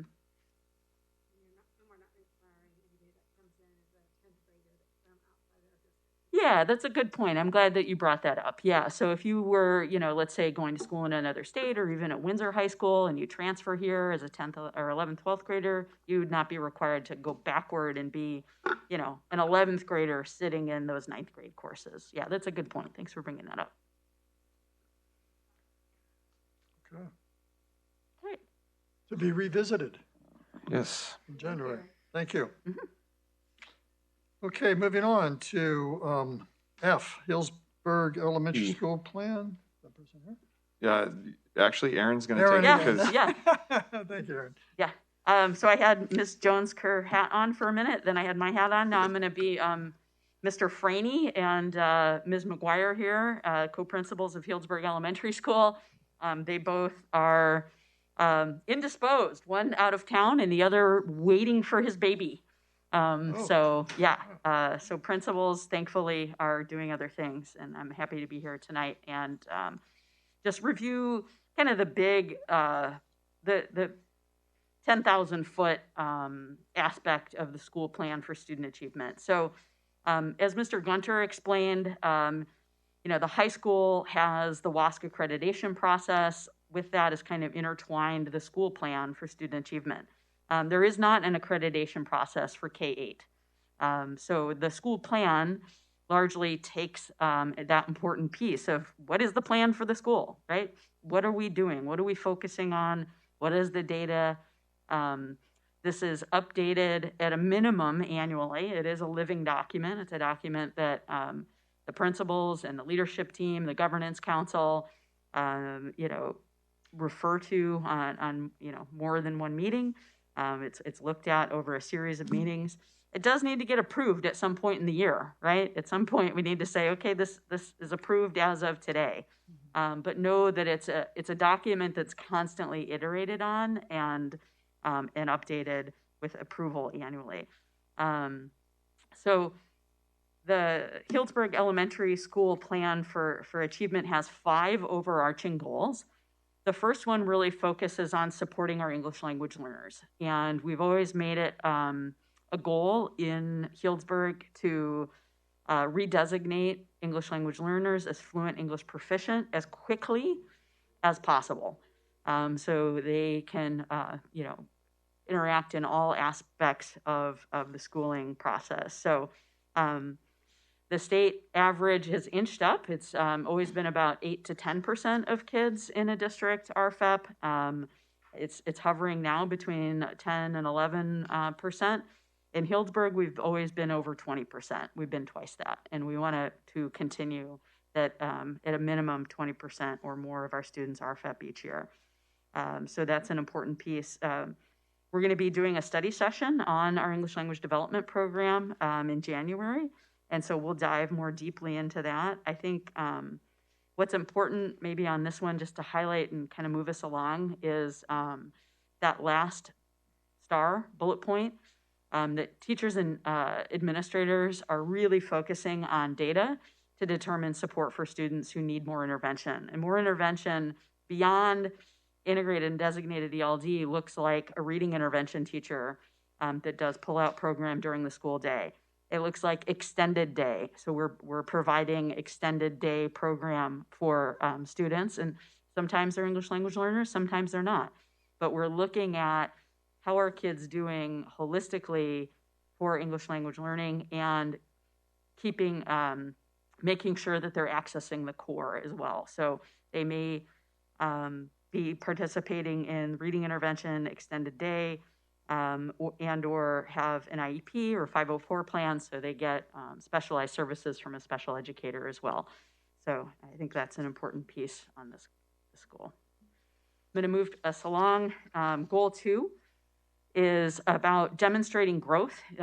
It's really important that all kids are moving along, focusing on reading and math, and that no student is stagnant. We use adaptive software and have for quite a number of years now. So we have ST Math and also Lexia.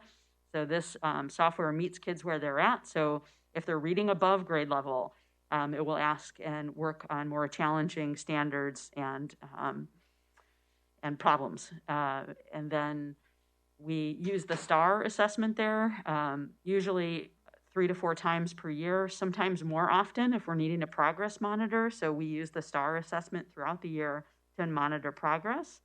Along with other assessments, STAR CBM, we use LLI, leveled literacy intervention, progress monitoring for assessments. And then the last one, again, is common strategies throughout the classrooms. So it's really important that it's not just luck of the draw, that you happen to get a 4th grade teacher that does this cool thing, but having articulation of what are the most important learning standards, what are the most important knowledge and skills, and how are we teaching those so that there's unity across the 4. We have 4 teachers per grade level. So each of the teachers, there is continuity and unity both in terms of the content, but also the strategies that are used. Moving on to goal 3. Goal 3 is about increasing parent and guardian involvement. And, we've heard earlier in the year and throughout the pandemic, the importance of our parent outreach and education coordinator at the elementary school. Say her name, Alma Diaz. I don't know how we would live without Ms. Diaz at this point. She and Greta Messick and a number of other community members working with our families to connect with them, doing virtual read alouds to celebrate our community cultural wealth. Growing the PTO. The PTO is doing this amazing fundraiser right now. I don't know if you're active on social media, but the PTO is as active as ever. A really hard-charging group of parents who are doing cool things. They brought wonderful holiday gifts to our staff today at both elementary schools to get them off into their winter break. So a very active PTO that is more representative of our student body as well. And that, translation is offered in PTO meetings, and it's a pretty vibrant group.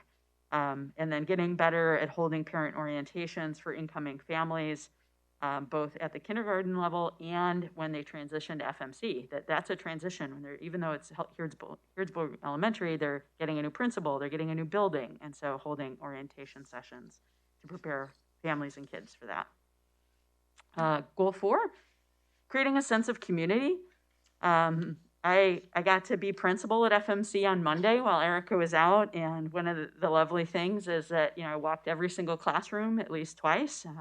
I spent some time in the morning and then some time in the afternoon walking classrooms. Got to see these weekly community circles happening, right? It was Monday morning, community circles happening in every classroom that I walked in throughout the day. It was a beautiful thing, talking about their weekend, how are they feeling, using the mood meter, checking in with each other, setting their learning plans for the day. What's happening today? What's happening this week as we head into the winter break?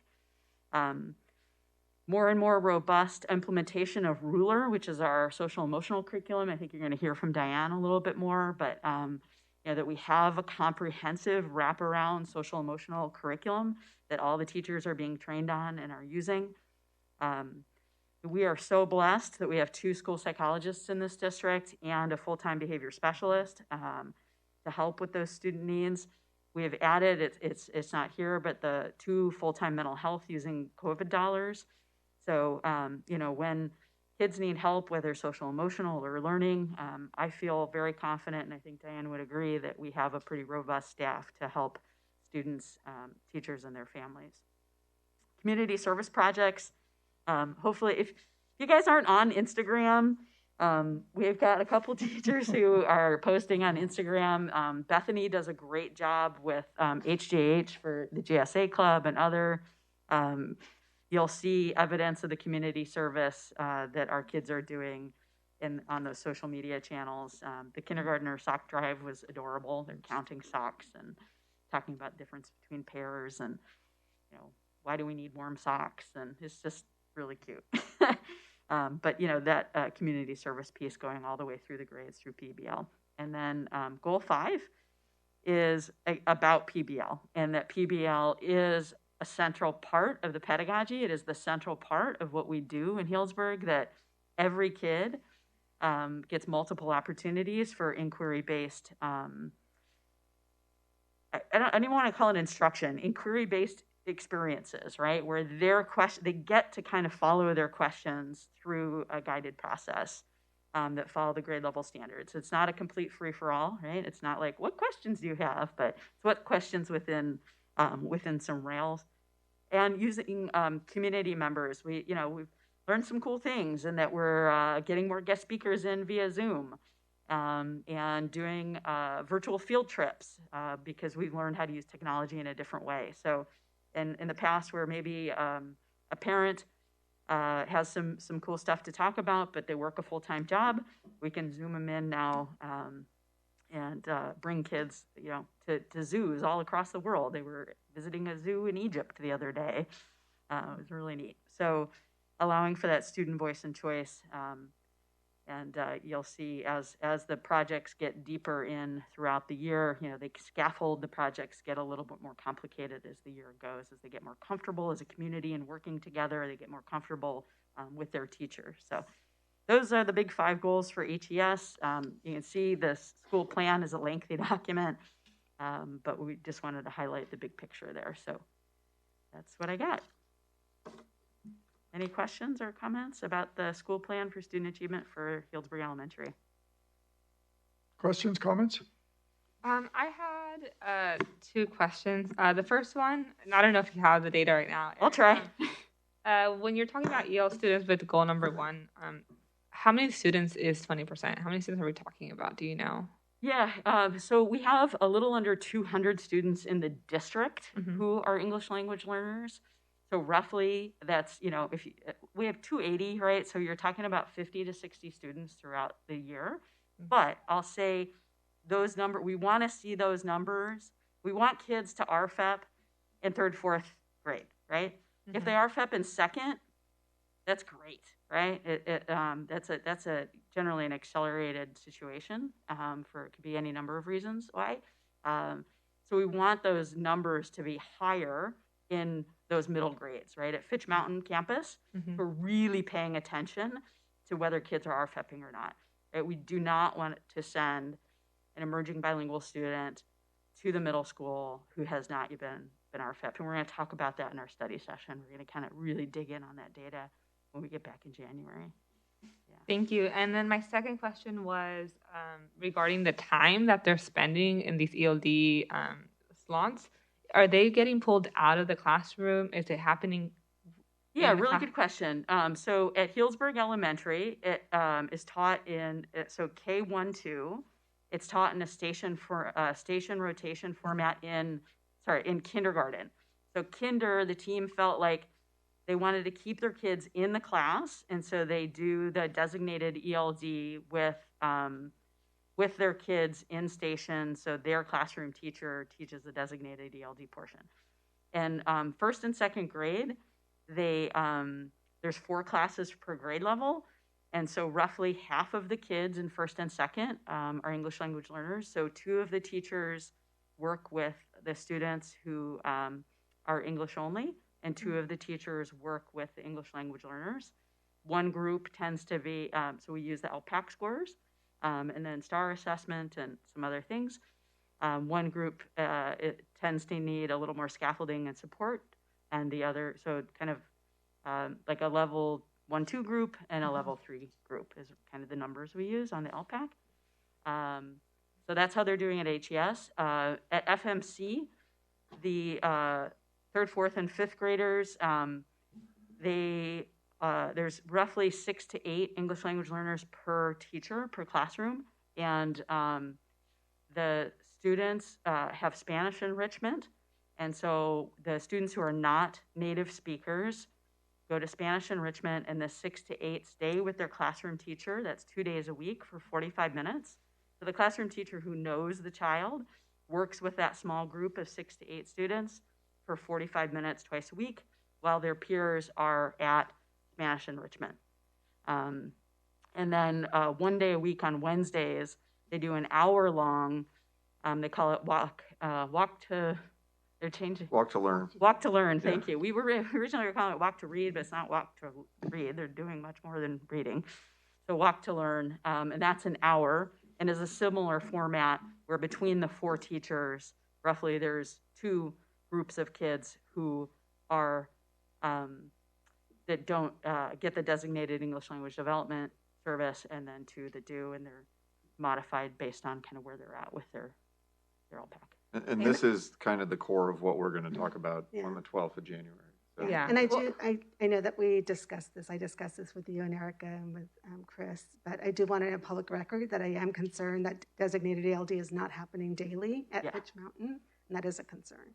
Thank you. Mine. Yeah, thank you. I would like to add too, I think that as much as it's helpful to be with a teacher in a smaller class setting, pulling students out during their Spanish elective, maybe most of them being Spanish native speakers, which is the one class that they may excel in, right, and feel really proud and feel that is a class that they can help their peers in, when in every other class they might be the one struggling. I think it's really important that we are not pulling students out of Spanish, and instead figuring out a different schedule for these students to be participants in the one class that they might be excelling in. So I think I think as a district, we need to review the schedule. Yeah, it's a tough one because they can't legally miss core instruction, right? We can't, and we don't want them to miss library, and we don't want them to miss PE, and so I just want to acknowledge that that's totally uncomfortable. That is uncomfortable for us as well, and we share that concern. Yeah, totally. I'm a huge advocate of like this class might be the crucial class, like the one class holding the student, holding the student to like remain in school, in high school, in college. Like that might be the one class that they feel the most comfortable and they feel accepted. Yeah. And so when we're talking about clubs, and how these students who just spoke earlier this night and how they feel really comfortable and they feel welcomed, I think like the Spanish for them might be that classroom where they feel really welcome. So just taking that into consideration in the future. Yeah, it's a really good point. I appreciate it. And I do just want to make one additional comment about just reminding everyone that ELD is core curriculum. So, that's the other concern of why I'm concerned why it's not happening daily when all core subjects for the most part happen daily. So I'm concerned that that's not happening daily when it's a core subject. for our English learners. Yeah. And I know that we look forward to diving into this more when the principals are present and with more data and more information. We have a longer period of time. So I appreciate your comments and your concerns. Any other questions or comments? So with all, Principal Miller is going to present his, and then we would bring those back on the consent agenda in January. We wanted to wait to do the high school single plan because we had WASC and a lot of other things. So high school single plan aligns with WASC. That will be coming in January, February. So that's why the high school and Marcy Becerra's are not being presented tonight, as we just had a lot going on. We wanted to focus on WASC, but you'll see that next month. And Erin, I noticed that a lot of the data on here is from 2019, just because that's the last data we have. Exactly. Yeah. Which is only so helpful. But yeah, as we all know. Okay. Right. Yeah. Thank you. Principal Miller? All right, let's get my up there as well. Happy to present to you. No worries. Take your time. We got all night.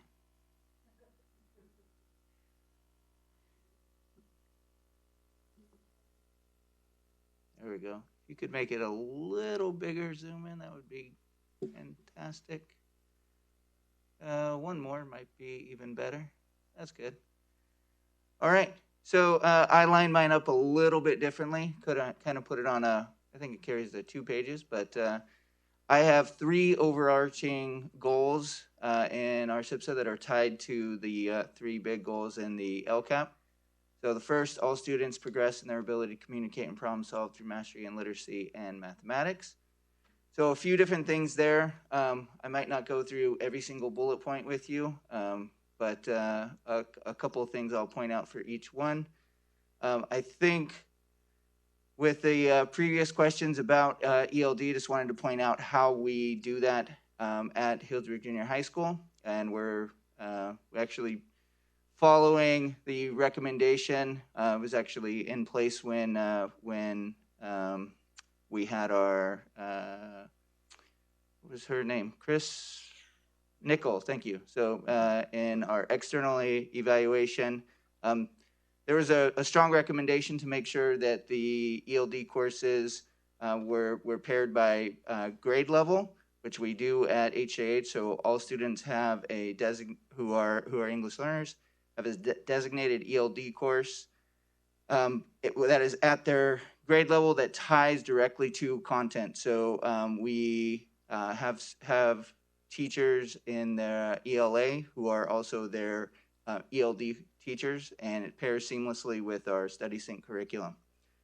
We're also providing integrated ELD throughout the school day, and a big focus of our professional development will be, has been, and will continue to be integrated ELD throughout all subject areas. Let's see. So goal 2, learning and instruction are active, student-centered, based in inquiry, and connected to the outside world.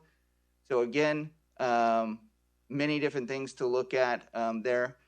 One of the things, again, if I want to highlight this theme of making sure that we provide access for all students, a very important part of that is maintaining our 7-period day. That way, if students do still need a support class, or if they need designated ELD, or they need some sort of intervention course, they also have access to taking an elective course, which is such an important point in middle school, to make sure that they find something that they love and they're connected to, as our students spoke earlier this evening about wanting to feel connected to the school. Let's go ahead and go down to goal 3. So goal 3, every student is well known, and learning environments foster equity, empathy, and engagement. So a big part of this is making sure that we have opportunities for all students to feel connected to our school. Again, clubs are highlighted in here, as well as specific courses such as AVID that students can access. we are implementing Y-Try lessons in our school. I know Ms. Conger will discuss that a little bit later on this evening. And trying to make sure that we provide opportunities for STEM that match our demographics. And that is actually something that we're working on addressing this current year going into next year. Going into the pandemic, we actually didn't have the same opportunities to go out and present our different elective courses at Fitch Mountain, at our feeder schools. And so we noticed that a lot of our STEM courses, our robotics courses, over the last 2 years have had a much larger male presence in them than they were previous. So we're actively trying to make sure that we correct that error. We have a lot more girls in our robotic classes this year, which should feed into our mechanical engineering course for next year.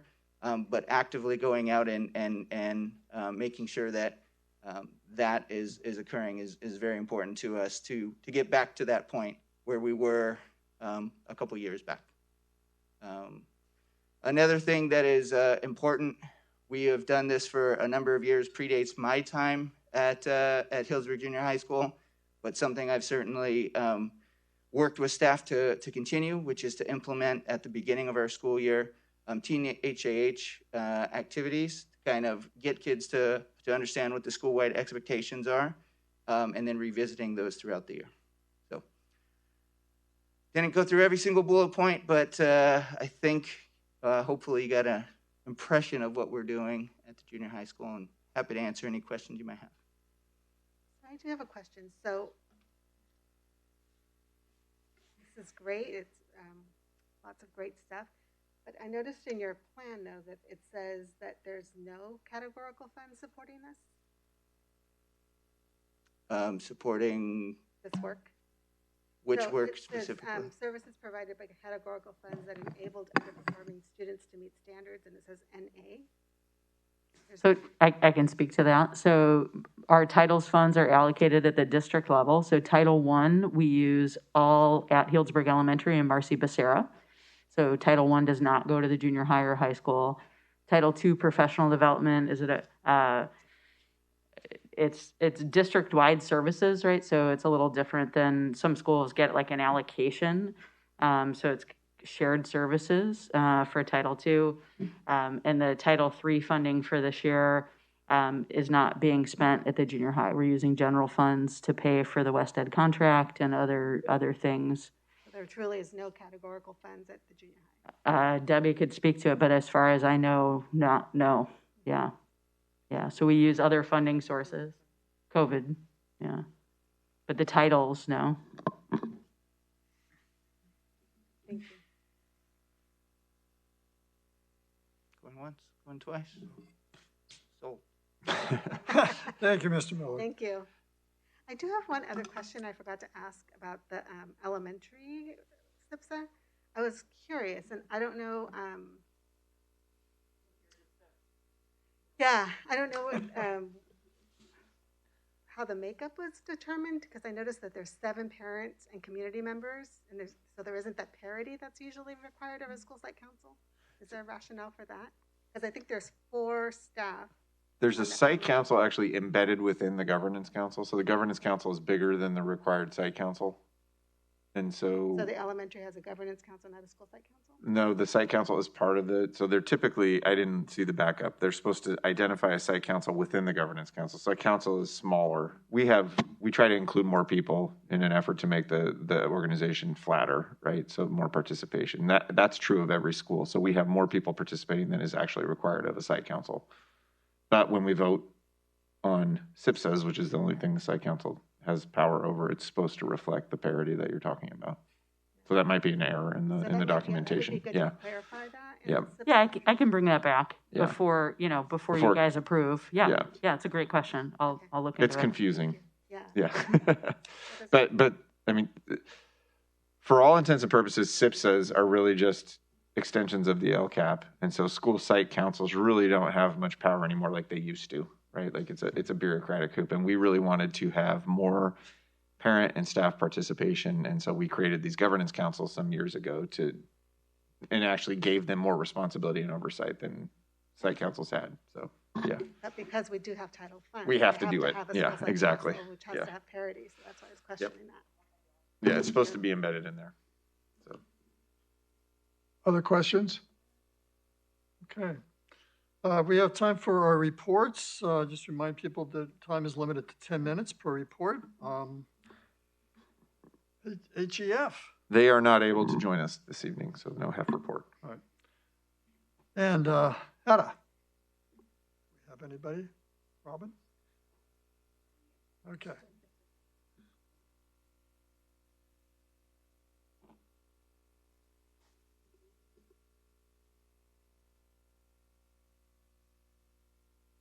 Can you hear me now? Okay, here we go.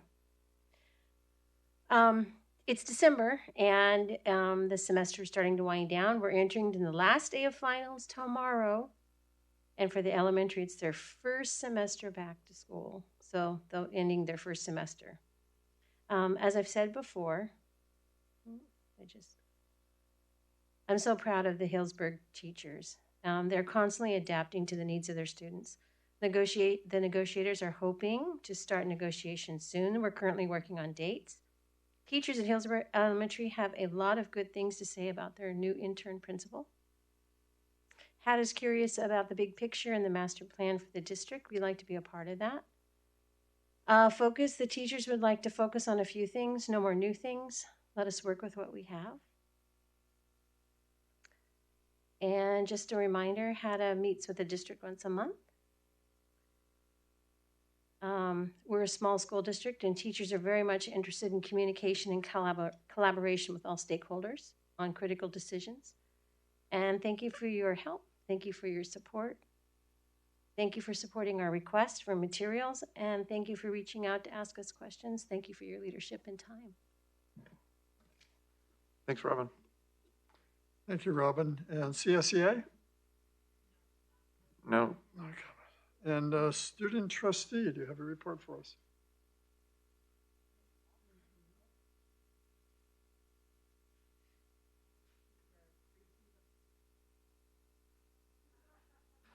You gonna do the rebate routine?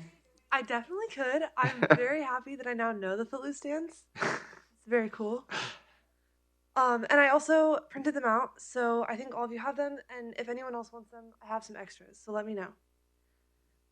So in Healdsburg High School, we recently did rebate. As you said, there was a dance competition, and the seniors did win, which was really awesome. However, the game Justin Sienna actually beat the boys and the girls, but we did make it to the final round, so that was good. Saxed Up world famous Healdsburg High School Greyhound Band is performing tonight. That's what Miss Jones Kerr left for. And it's at 7:30 at the Raven. And finals week is this week. We will finish finals Thursday, which is tomorrow, and then move on to the second semester. At the junior high, they just completed a canned food drive where over 100 items were donated to the Healdsburg Food Pantry. They also had an art showcase last Friday, which was mentioned earlier, which was very successful. Many students and parents came, and there was also an opportunity to create their own print art when you came, so that sounded really amazing. And they also have finals this week. And the GSA Club had a bake sale fundraiser where students decided to donate the proceeds to an organization dedicated to helping clean the ocean. So they actually didn't keep the proceeds they got. They decided to donate it. And at Fitch Mountain Campus and at HES, there's a kindness giving drive, and that is orchestrated by the PTO. Donations can be made at the HillsburgElementaryPTO.com until January 7th, and there's more information on the website. They're doing a big drive right now. They're also in the middle of the second session, that's a typo, of extended learning, which is teachers identified students who need extra help in reading and math, and then offered extended learning to those kids for 1 hour twice a week after school. And the kids are working on PBL, which is project-based learning projects, with a wide variety of topics, learning about grade-specific things, while also working on their public speaking skills. And that's it. Awesome. Thank you so much, Thank Annie. you. Any Thanks. questions from our student trustee?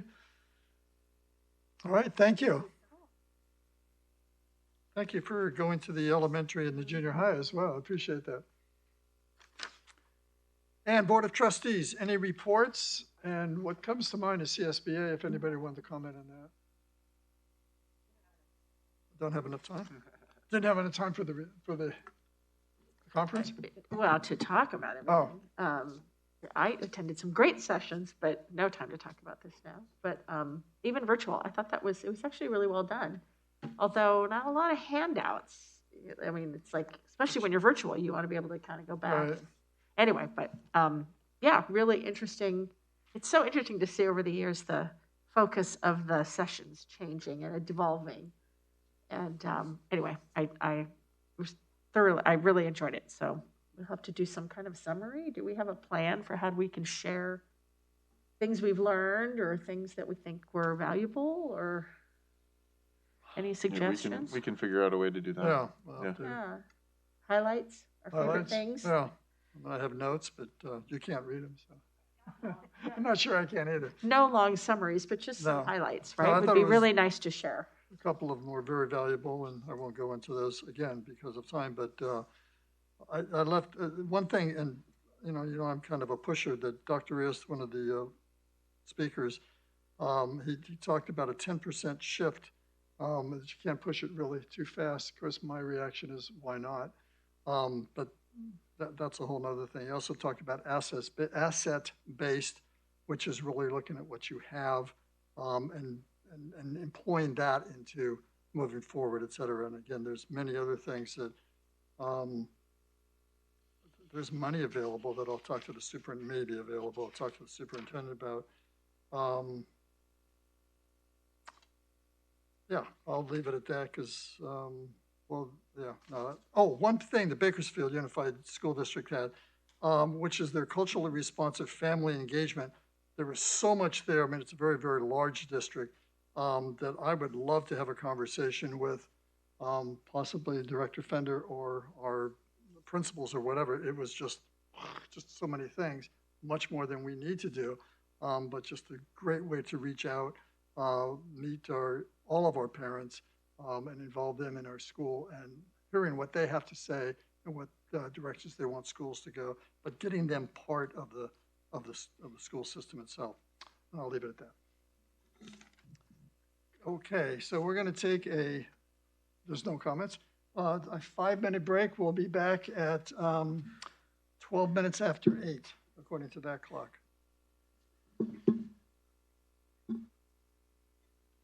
So, yeah, just a little bit of an update. So, to kind of orient ourselves, here is the report card itself. And so what I've tried to do in the presentation is sort of pull out important pieces of data, but use this also, if you want to, as sort of a reference. Now let's start the presentation. I'm so used to you running this, Debbie. So used to you running this. And I think it is too. There we go. Okay, yeah. So just to remind us that we have organized our work on the 5 castle domains, and they're outlined there, and that it's just more for your reference. I'm not really going to read those, but just know that everything that we do is organized around those domains. And so then the second piece that we've done is it was tough, but try to make sense and kind of give you, almost like we do for LCAP, what are areas to watch, try to create some sort of uniform coding that says, yeah, we're not worried about this, no, we're watching this, and then also what areas we really want to focus on.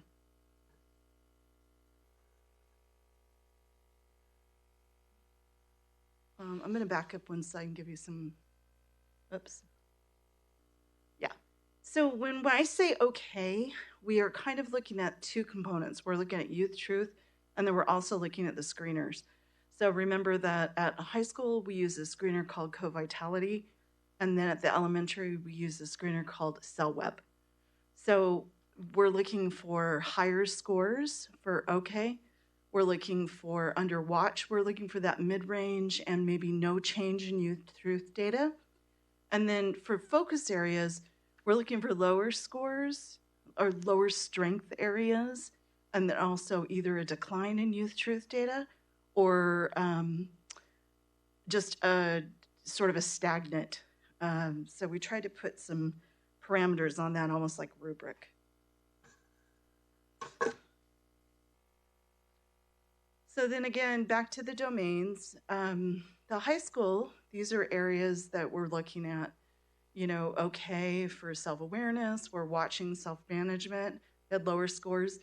And then they had the focus areas for them and for the junior high were that responsible decision-making. So those are areas we know we want to concentrate on. And then, so that's sort of the theme there. The one thing that I want to bring out is that at HES, they don't test self-awareness. And so that's why there's an NA. It's just developmental. We can't really expect that you know yourself by the time you graduate from second grade. So I know one of the questions might come up when we look at the high school, and they have a low score in the area of zest and optimism. And so while co-vitality itself doesn't really compare itself to other, they don't, unlike Youth Truth, they don't compare themselves to Sonoma County schools or national schools or all the schools using Youth Truth data. Instead, but I did ask our rep anecdotally if they saw a sharp decline in zest and optimism. And they said, yeah, anecdotally we have, but it really is no surprise considering what we're coming off of. So based on that, here's what we kind of hope to do and what we're doing right now, actually. So at secondary, as he mentioned before, we're continuing to provide those Why Try lessons. At the high school, they're doing it sort of embedded in different kinds of classes based on the kind of lesson being taught. And then at the junior high, it's at the MPE.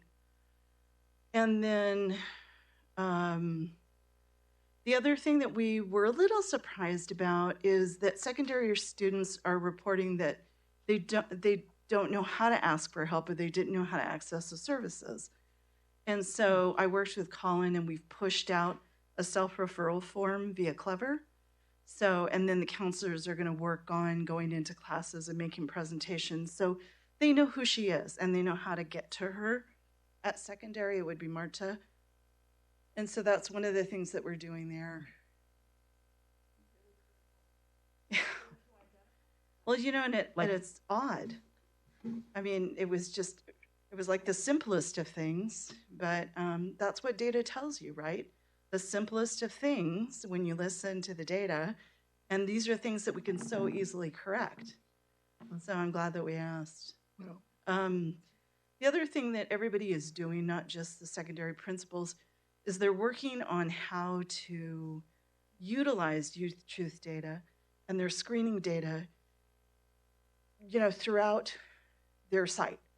So not just reserved for the counseling staff, but also how are we looking at it with students? How are we looking at it with staff? And not as we got to rush to fix this issue, or, we got to celebrate this issue. It's like, let's take a pause. This is a data point. What does our next data point look like? What do our data points continue to show us? And so we're really working on trying to analyze and observe and make changes where we can, and we think that it's reflective of what's going on. Anything else I really want to show? Oh, I should mention too that part of the next steps is that we're screening and we are surveying again in January. So I'm really excited about that because I don't have a lot of comparative data with the screeners yet. And so I'll have comparative data in February, both from Youth Truth and from the screeners. So you'll hear from me again this spring. So two sort of global data points for you to look at is So if I'm looking at the high school, for instance, and I'm looking at, these are the co-vitality groups. High thriving would be those. So both of these screeners are strengths-based screeners. So you're really looking for high numbers of strengths and relatively few areas that we have to work on. And so with co-vitality, you can see that we have about 37% who are reporting high thriving, we're doing great. About 48% at the high school, I'm just getting by, kind of in the middle. And then our highest risk students comprise about 15%. And then comparatively, I know, Donna, you wanted me to just look at that simple question of, do I enjoy coming to school? And 43% of our students actually do enjoy coming to school. It's a 20% increase. And then on the flip side, though, 65% report feeling safe at school, and that took a little bit of a drop. So what might be interesting to note is on our last Youth Truth survey in January is enjoying coming to school was our lowest ranked question, and on this one it's our highest. Right. Yeah, it's, well, different scenarios, right? So in junior high, I'm just giving you, I'm not going to read all of these, but I'm just giving you sort of a context for how that goes. Now, when I start to look at elementary, it becomes a little bit more complicated just by the way that the screeners are broke down. So there's two screeners from CalWeb. One is called Early Elementary, and that's K through 3. And then, or excuse me, that's Lower Elementary, K through 3. And then Early Elementary is 4 and 5. And so we had to kind of break it up, but it's not accurate to say this is all Fitch, since the third graders, it's not all HES since the third graders are in there. So we do really, really well in emotional recognition. They have a lot of empathy too, which is great. And then social perspective taking would be an area that we wanted to work on. And you can see, remember too, that Youth Truth doesn't go down to K2. So you're not going to see data for that, but we are working with SCO on trying to develop something that's similar that we could give to little kids that would be age appropriate.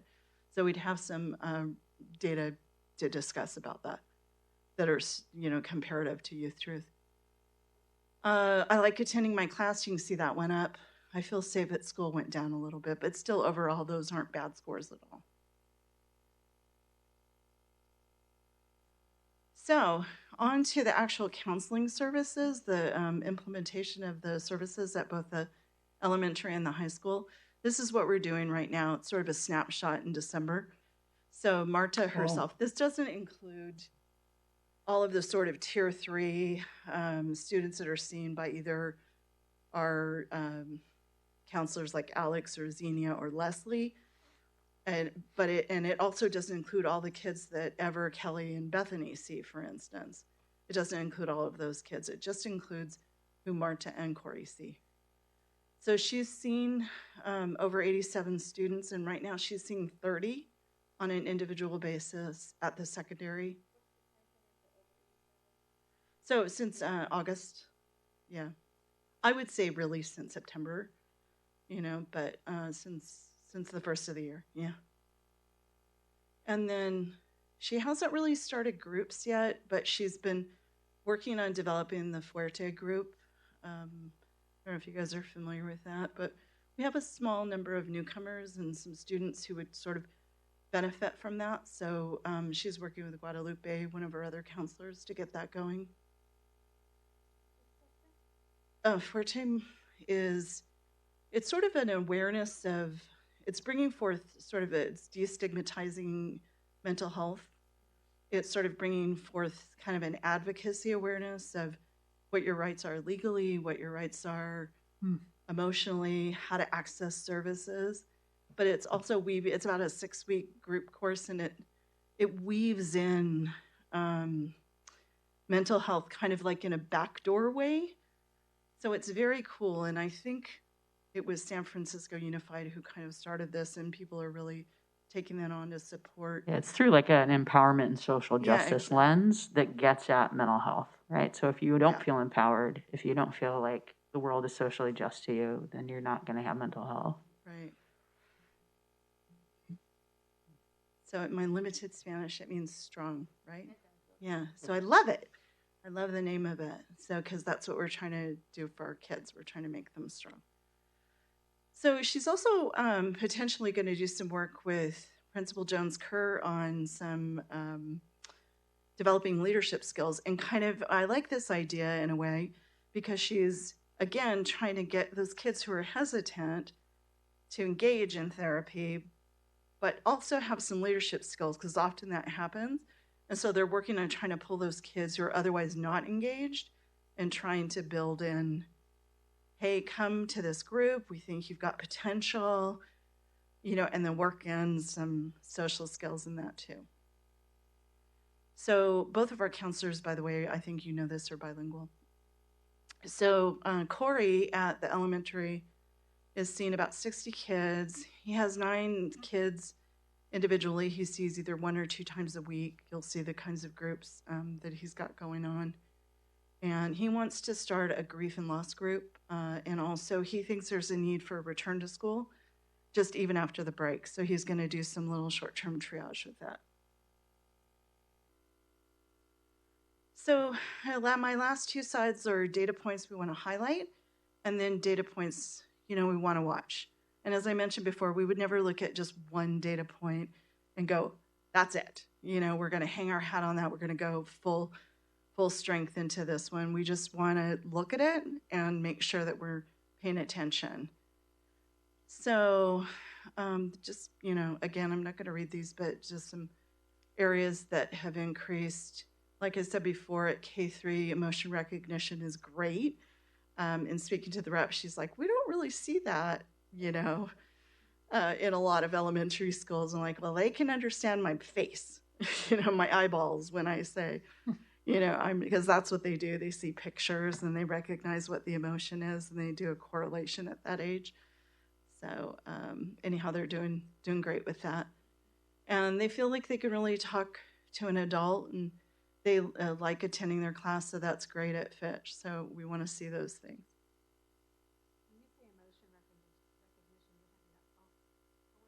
No, in others too, at that level. What? I know. I know, but they can. So if you saw the screener, they show you a picture and they give you a scenario, and they ask you, how is the person? What do you think this person is?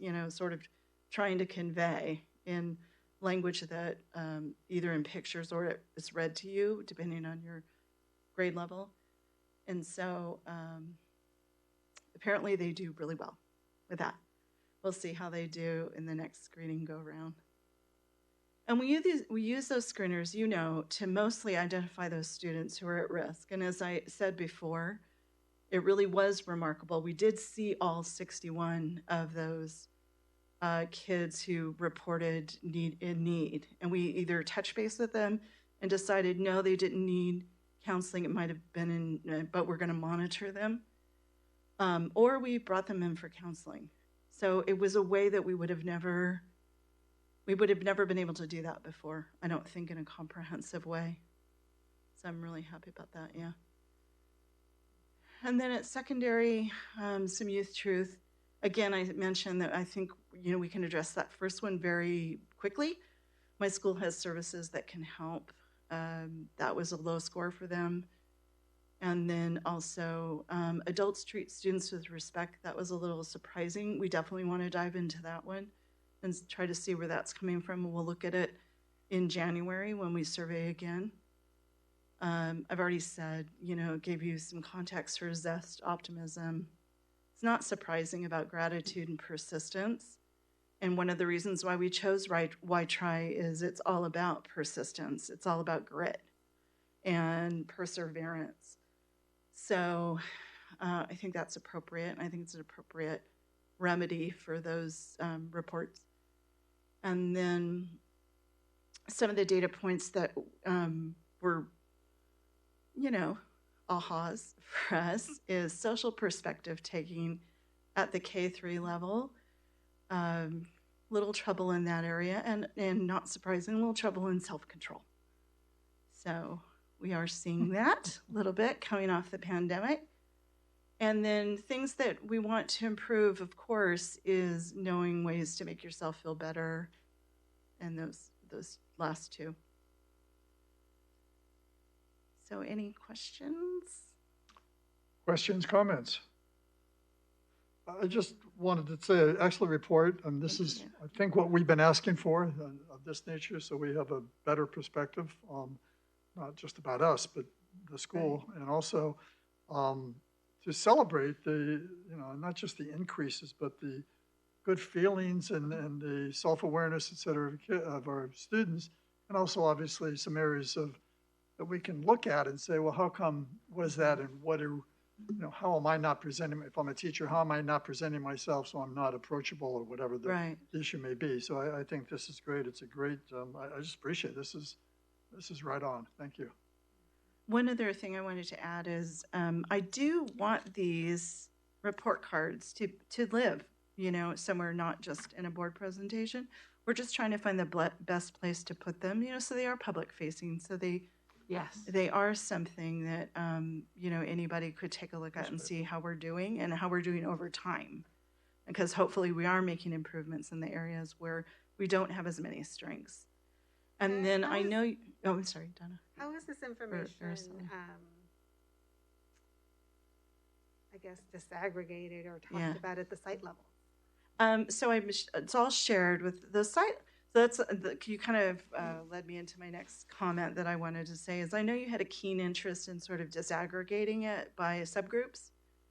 And that would be hard for me to share because the groups get very small. So it would be hard for me to share publicly. However, the principals do look at that data and they have that data.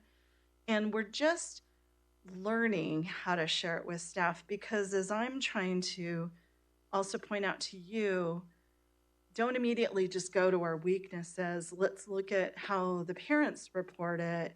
What are we seeing over time? And we really want to guide our staff gently through this process. So we do the work in a way that is not threatening to anybody or pointing fingers, and in a way that hopefully involves students over time. That's really what I want to see. And I think the principals have a keen interest in that too.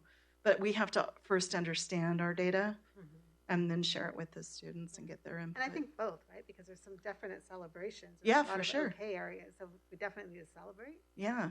And then also look at the areas that we need to improve on. Yeah. But there is a lot to celebrate. There is. I think overall they're doing really well, and I think overall I'm very happy, and I'm just so grateful that we decided to add the mental health counselors because I don't know how we would be able to address the issues. And one day, and I hope it exists, that we're able to reach out to the community and family and serve them and connect them in a very holistic way. But this is a good first step. I definitely think so. And I will say that all of the principals are using pieces of the Youth Truth data along with looking at the vision and value statements. And so trying to chunk the Youth Truth data down during like the November 1st date, Principal Jones Kerr and Mr. Miller, they're going to be doing it at FMC on January 3rd.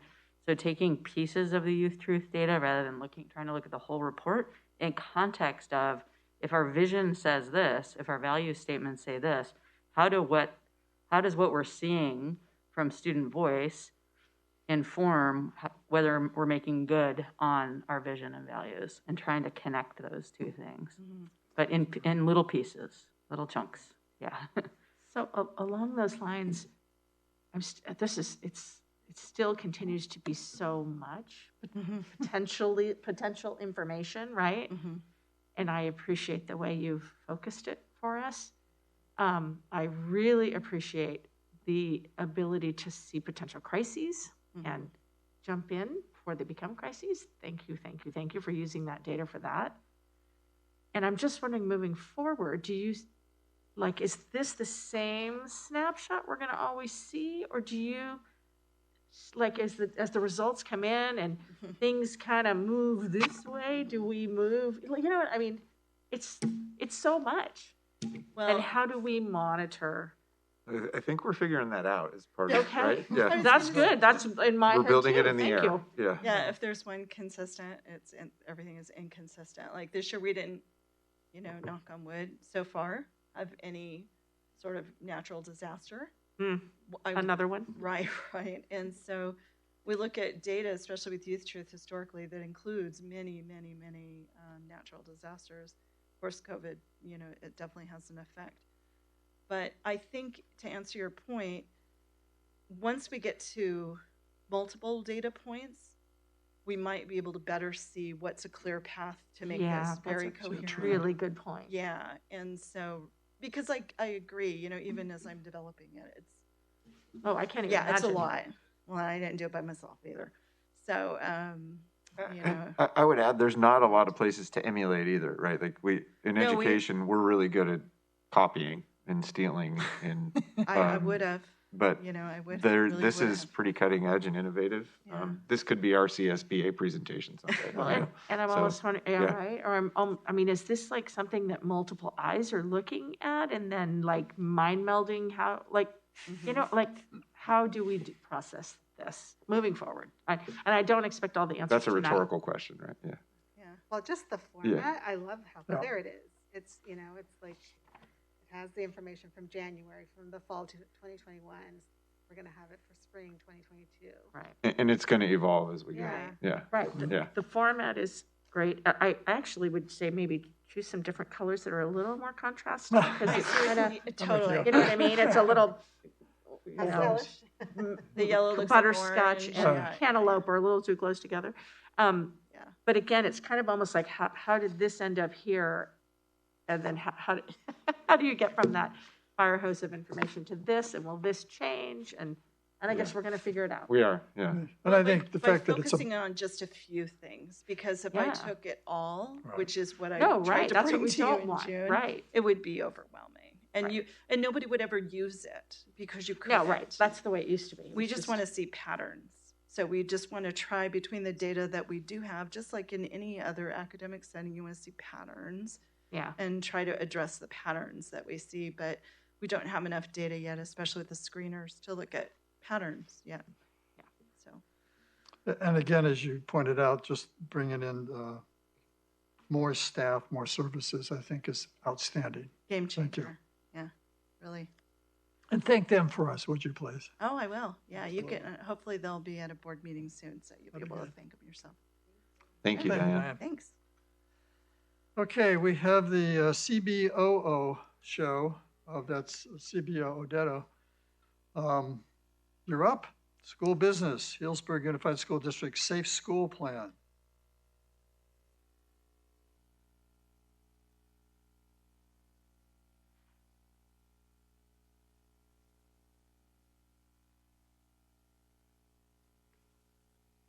Okay, this is a first reading for the safety plan.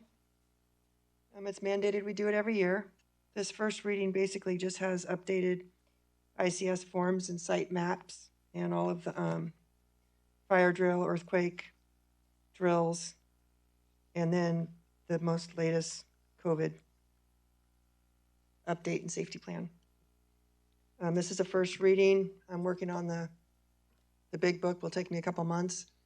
Then we'll come back in February for a final read after it goes to the fire department, police department, and it has to be adopted by March 1st. Did you have any questions? Okay, thank you. No questions. And very thorough, seriously, it is impressive. There's a lot of detail there. Yeah, very lot, yeah.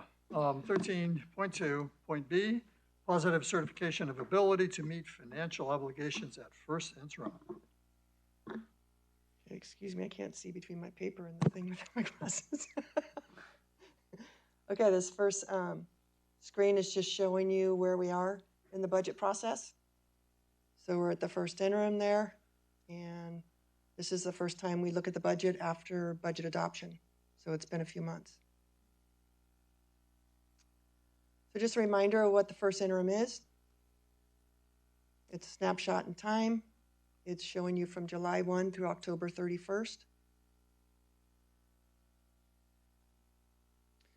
So what's changed since the initial budget? The biggest change was the ending balance from 2021. We projected 2.3 million and it came in at 3.9.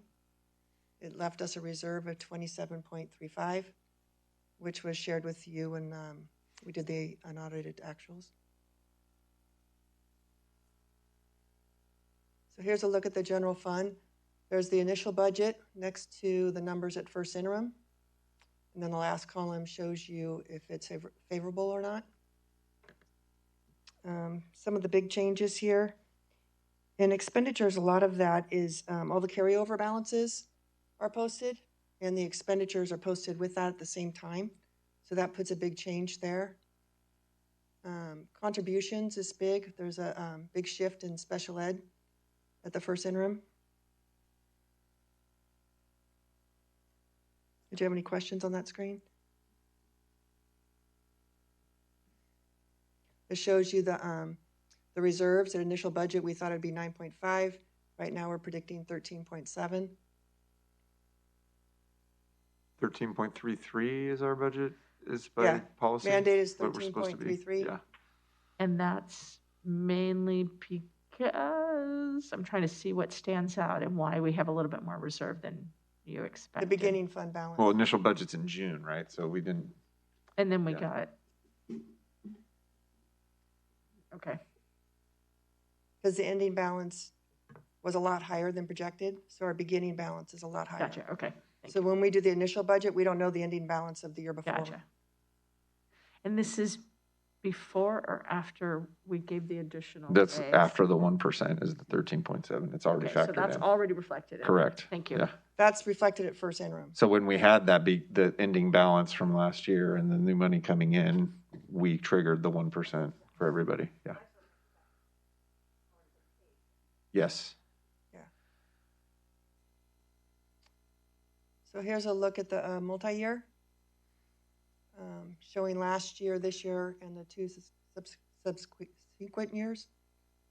In revenues, we did up the RDA funds a little bit. We went from 80% projected to 85 at first interim.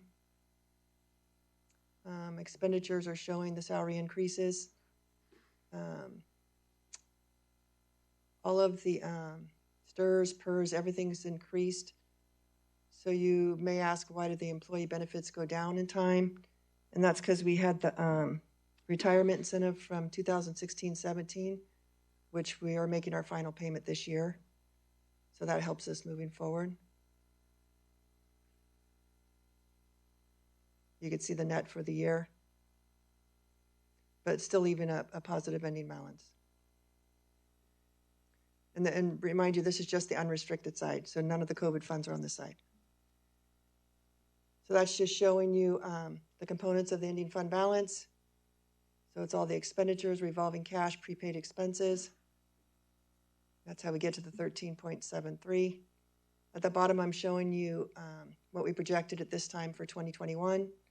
We were showing a negative of 1.9 million with a reserve of 13.29.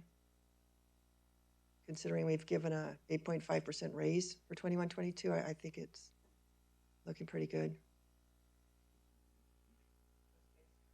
Just based on the reserve, it's kind of perfect. Mm-hmm. It's a little nerve-wracking in those out years. If you can go back to that. Yeah. So it's, yeah. But again, we don't know, right? So this Right. we're being conservative. We don't know what our right. property taxes are going to come in, what our expenditures exactly are going to be. So. And expenditures are going up because the cost of everything is higher. Yeah. So they're increasing fast. What's new with carryover budgets, increase in special ed, 1% retroactive, increase in staffing since the initial budget. Most of that's all being paid through COVID funds. It's all positions we've talked about previously. So in other words, the cost for all those positions is not reflected in that at all because it's coming out of other monies. Correct. Yeah. Something we have to keep an eye on moving forward. We are going to be talking about that. Post-COVID funds. Yes. Yes. And, well, we're going to talk about it before COVID funding yes, goes away because we got to in have a plan to deal with preparation it. for Correct. post-COVID funds, yes. Debbie is very nervous about it. Tells me every day. Yep. I remind the superintendent every single day. In summary, revenues are conservative, expenses are conservative. I feel pretty confident we'll close the year with a higher ending balance. We have every year. Estimated ending fund balances for unrestricted is 1.2 million. Restricted is 1.5 million. Leaves us with reserves of 13.73 in 21-22 with 9.7 in 22-23, which would be a positive certification. Just a recap of COVID funds and where we're at. This was shared with you at the last meeting when we went in detail about the COVID funds. Just to remind you, we've received $5 million. We've spent 2.5. We have through 2024 to spend them. They're all one-time funds. And we're currently staffing 17.85 FTE district-wide with COVID funds. What's next? I'm sorry, could you go back to that last? Mm-hmm.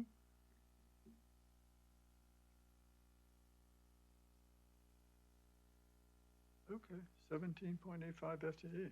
Okay. And the tricky part of the multi-year is on the restricted side, the numbers are so skewed because you're getting revenues, but you don't know how you're going to spend it yet. You're not going to spend it in this year. So if you put your expenditures in this year, it throws you out. So it's really, the numbers are really skewed on the restricted side. Okay. It's very artificial. Yeah, we went back and forth about it, and there's no way around it. We have to show the revenue and the expenditure, even though you don't know what the expenditure is going to be and when you'll spend it.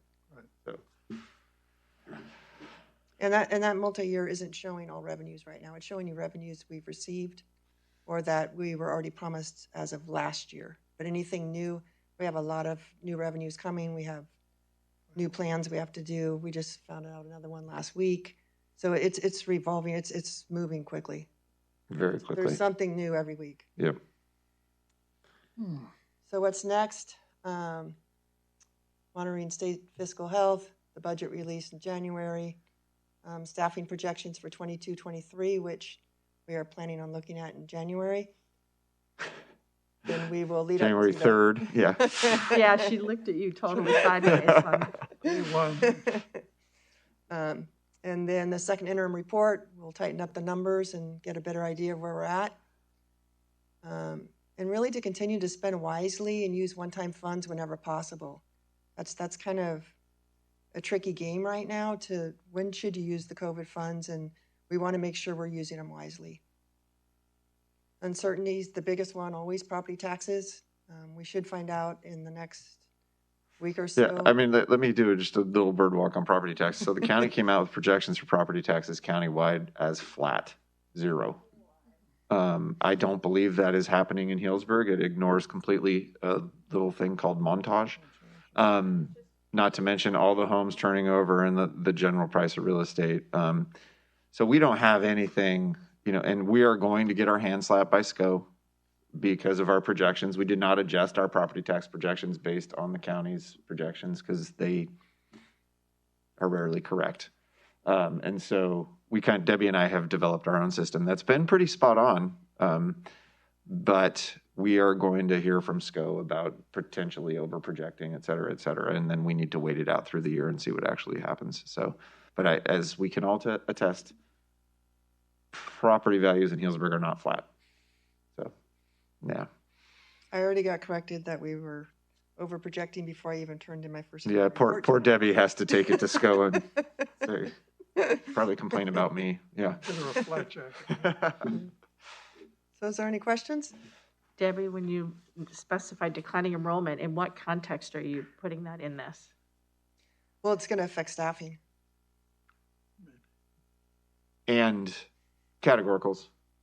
So the state has a dearth of money and we do not know how they're going to spend it. It is likely that some gets put into categorical type funding, which will be based on certain demographics and your numbers there. So enrollment does have an impact on funding, even though we're community funded primarily. Yeah.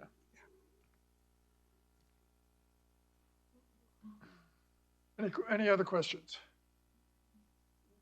So moving on, and again, thank you for the presentation. I mean, it's understandable. I mean, I went through all these all these other numbers you have, and I'm going, I have a couple notes, but you've answered them, so thank you. I want to say thanks to Debbie. She said this is the first quote normal year that I did a budget, and I was like, there's nothing normal This is about what's normal? happening now. Don't tell her, don't tell So her. yeah. Anyway, she's done an incredible job, and I would be going to basketball games on Saturday at 5, and Debbie's car's still in the parking lot. So Debbie, thank you for your time, and take some time off. Yeah. So this is an action. We need a motion to certify the ability to meet, am I right? Financial plans, yes. First one.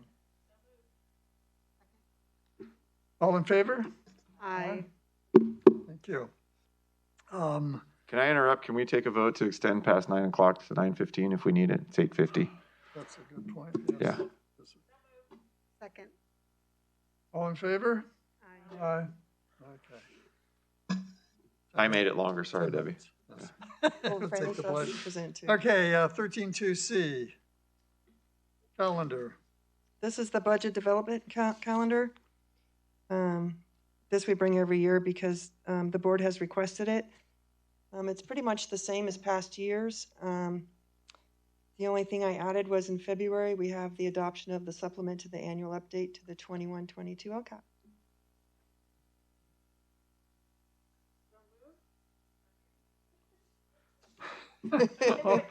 All those in favor? Aye. Yeah, like, what does it matter? Okay, 13.2, am I on the right page? God, that's the whole page. D, accounting of developer fees. Okay, this is a resolution for developer fees for the 2021 fiscal year. Attached to it, you had the developer fee financial report showing that we collected $465,000 in developer fees, and we did not spend any except for $38,000 that went towards the facilities master plan with the elementary schools, and we don't have anything earmarked for the funds at this point in time. This is a resolution that. Are there needs any to be adopted. questions? Okay, this is a roll call vote. Oh, first we need to have a motion and a second. He moves along quickly. We appreciate the expediency, however. Yes. Yeah. Do I have a motion? So moved. Do I have a second? All right. Let's start with President Potmasol. Aye. Trustee Romo Flores. Aye. Trustee Del Rey. Trustee Lopez. And Trustee Annie Peterson. Aye. Thank you. Okay, the next item, no. Yeah, yes, please go on. 12.2E. Okay, the next item is a change order for the Healdsburg Junior High School athletic field. I should probably let Superintendent Vandenheuvel speak to this because this is. We changed striping on it and then added the logo. So there was a change to the cost of the turf itself. What was the additional cost, I please? believe it was $20,000 total. $22,469. Yeah. Any questions? I like it. Yeah, thank you. I move to approve. Oh. We have a motion? No, we eliminated the, yeah, it's Greyhounds. Yeah, we're good. We're just not doing that anymore. Yeah. Yeah. We've had the same mascot in the entire district. It's just kind of a nickname. Yeah. Nobody wants to play Yeah, the for the junior pups. high kids Yeah. will not want to come in. Yeah, like that's a mean soccer team showing up. Yeah, it's the pups. Yeah. Okay, next item. So we have a motion to approve A change order. the change order. Do I have a second? Do we have a second? Okay, thank you. All in favor? Aye. Aye. Okay, moving on, 12.2.F. Okay, the next two items are the actuarial studies. These are used for financial reporting. They're required to get through the audit. So these were just finished, and I submitted them to the auditors, and they're looking at them now. These reports, what they do is it estimates the value in today's dollars of future promised retiree health benefits that the district will pay. So one report is showing you retiree benefits and benefits, and the other one is showing you in cash in lieu. That's the difference between the two reports. So the first one is the cash in lieu. It actually fell from 2.5 million to 2.2 million. And it's my first time working with the company, and according to them, this is exactly where we thought we would be at this point in time. Any questions on this item, the GASB 73? We expect these to continue to decrease over the years because this is Correct. not growing. This is not, we're not adding new I think we've hit our peak. participants. We'll have to look at the benefits one, but yeah, over time it's going to dissipate because we're no longer doing. Right. Yeah. Right. Okay, just making sure I'm understanding. Okay. Current, yeah, let me say that publicly. Current employees do not receive benefits beyond retirement. I mean, there are some who are grandfathered in who've been here longer, but eventually that number will go away. Right, which Yeah. is why it's tapering off. Exactly. Okay. But it could fluctuate between the benefits and the cash in lieu depending on. Number of people who's in it. Of course. Yeah. Yeah. Choices course. made. Okay, so I motion to approve. Motion by trustee Del Rey. Do we have a second? Second. Trustee Lopez, all in favor? Aye. Aye. GASB 7475. So the GASB 75 is the benefits, and they increased from 22.7 million to 23.8 million. And that's because? That's just the value today. Thank you. Cost. Right? Yeah. Yeah. Okay. Oh, gotcha. Yeah. Any questions or comments? Do we have a motion for GASB 7475 actuarial study? I move to approve. We have a motion. Second. All right. And all in favor? Aye. And This is we're still in a pandemic and might need to do a virtual meeting at some point, assembly bill that we have to do within 30 days of any meeting. So we do this every month, right? Correct. Until this is over, checklist, which okay. who knows when that is. Yeah. do I have a motion? So moved. Trustee Lopez? Second. Trustee Peterson? All in favor? Aye. Okay, personnel 13.3A, certificated seniority list. Rennie, All right, you're up. so hello, welcome Whoa. to the Oh, end. the screen is going crazy. Okay, so the first item I have under personnel is the draft certificated seniority list. I bring this forward every year, and it has gone out both electronically and hard copy. It's my very own hybrid distribution, and I've received a pretty high percentage of response from people. Any questions that have been coming up, I've addressed those, and those are already reflected in this draft. And you worked with the union reps on tiebreakers and yeah. yeah, Oh, basically tiebreakers. any of our like new cohort from this year's hires, I worked with Robin, and we did the lottery together on the tiebreakers for that. So Not like an arm wrestle. yeah. No arm wrestling. We actually did it very old school, just drawing names out of a bowl. Any questions on that? No. So my process will be to bring it back on consent at the January meeting. Great, thank you. Mm-hmm. Moving on to B, classified seniority list. All right, so similarly, I sent this both out on a Google form as well as a hard copy for those that wanted to just go to the main office and check on their seniority status. And the classified is listed by their classification, but then a few years ago I created just the alphabetic index, so people can just go right to that and see all of their various different positions they've held throughout their career. And again, worked with the union leadership on any questions people have, and actually there really haven't been any questions as far as classified seniority has gone. So, Any questions or comments? Okay, moving on. thank you. Bring that one back. Resolution number 22-10, reduction or elimination of certain positions. Franny, can I give the story here real quick? If you'd like. So we are lucky enough to have had one of our district drivers, who is somebody who drives a van for students, primarily special ed students going to NPS, non-public schools, train as a bus driver and pass the test. And so we would like to move that person into one of the vacant driver positions, which is fantastic, growing our own bus drivers, right? At the same time, we've had a change in the number of students in special ed and schedules, et cetera, et cetera. So the position she will be vacating, which is a 6-hour position, is no longer needed to be 6 hours, but to be 4. And so this is an elimination of 2 hours of district driver driven by student need. And the union has agreed we have to negotiate reductions in positions with the classified bargaining unit. So they've agreed to it, and that's the resolution you have before you. It doesn't actually affect an individual. Right. So yeah. So it's actually a reduction of an hour and a half. Excuse me, not 2. Yeah. And you. yes, it was basically reducing of a vacant position. And then just the forward story, if you will, for that.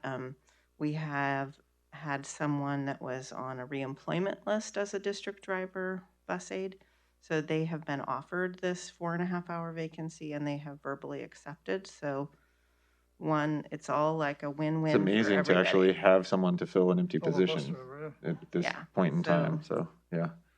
It's a good thing for everybody. So do I have a motion for resolution 22-10? Do I have a second? Second. We have a first and a second. Please call the roll. All right. President Potmusel, Aye. Trustee Romo Flores, Aye. Trustee Del Rey, Trustee Lopez, Aye. and Trustee Peterson. Aye. Thank you. Oh, I guess that's it. Oh, no. That's why we wear masks. Funny. Thank you. All right. Oh, are you presenting this one? No. Yes, I get to present this one. I think you're done. So you have before you the ratification of our superintendent's addendum to his employment agreement. And as it explains in the cover, it includes the increase for him that has been provided to all other district employees. And I would love it if you would agree to keep him on. And I want to note that this is based on an annual evaluation demonstrating performance exceeding board expectations. And we appreciate what you've done. Thank you. That said, do we have a motion? We have a motion. Second. Go ahead. And we have a second? Second. Araceli and Crystal. Yeah. Okay. Oh, we have to take action. Okay, all those in favor? Aye. Opposed? No. All right, seeing none? Thank you. No, thank All right, you. thank you very much. Any reports from trustees or comments, et cetera? Seeing none, I have one quick one. Oh, go ahead, Don. Please, trustee.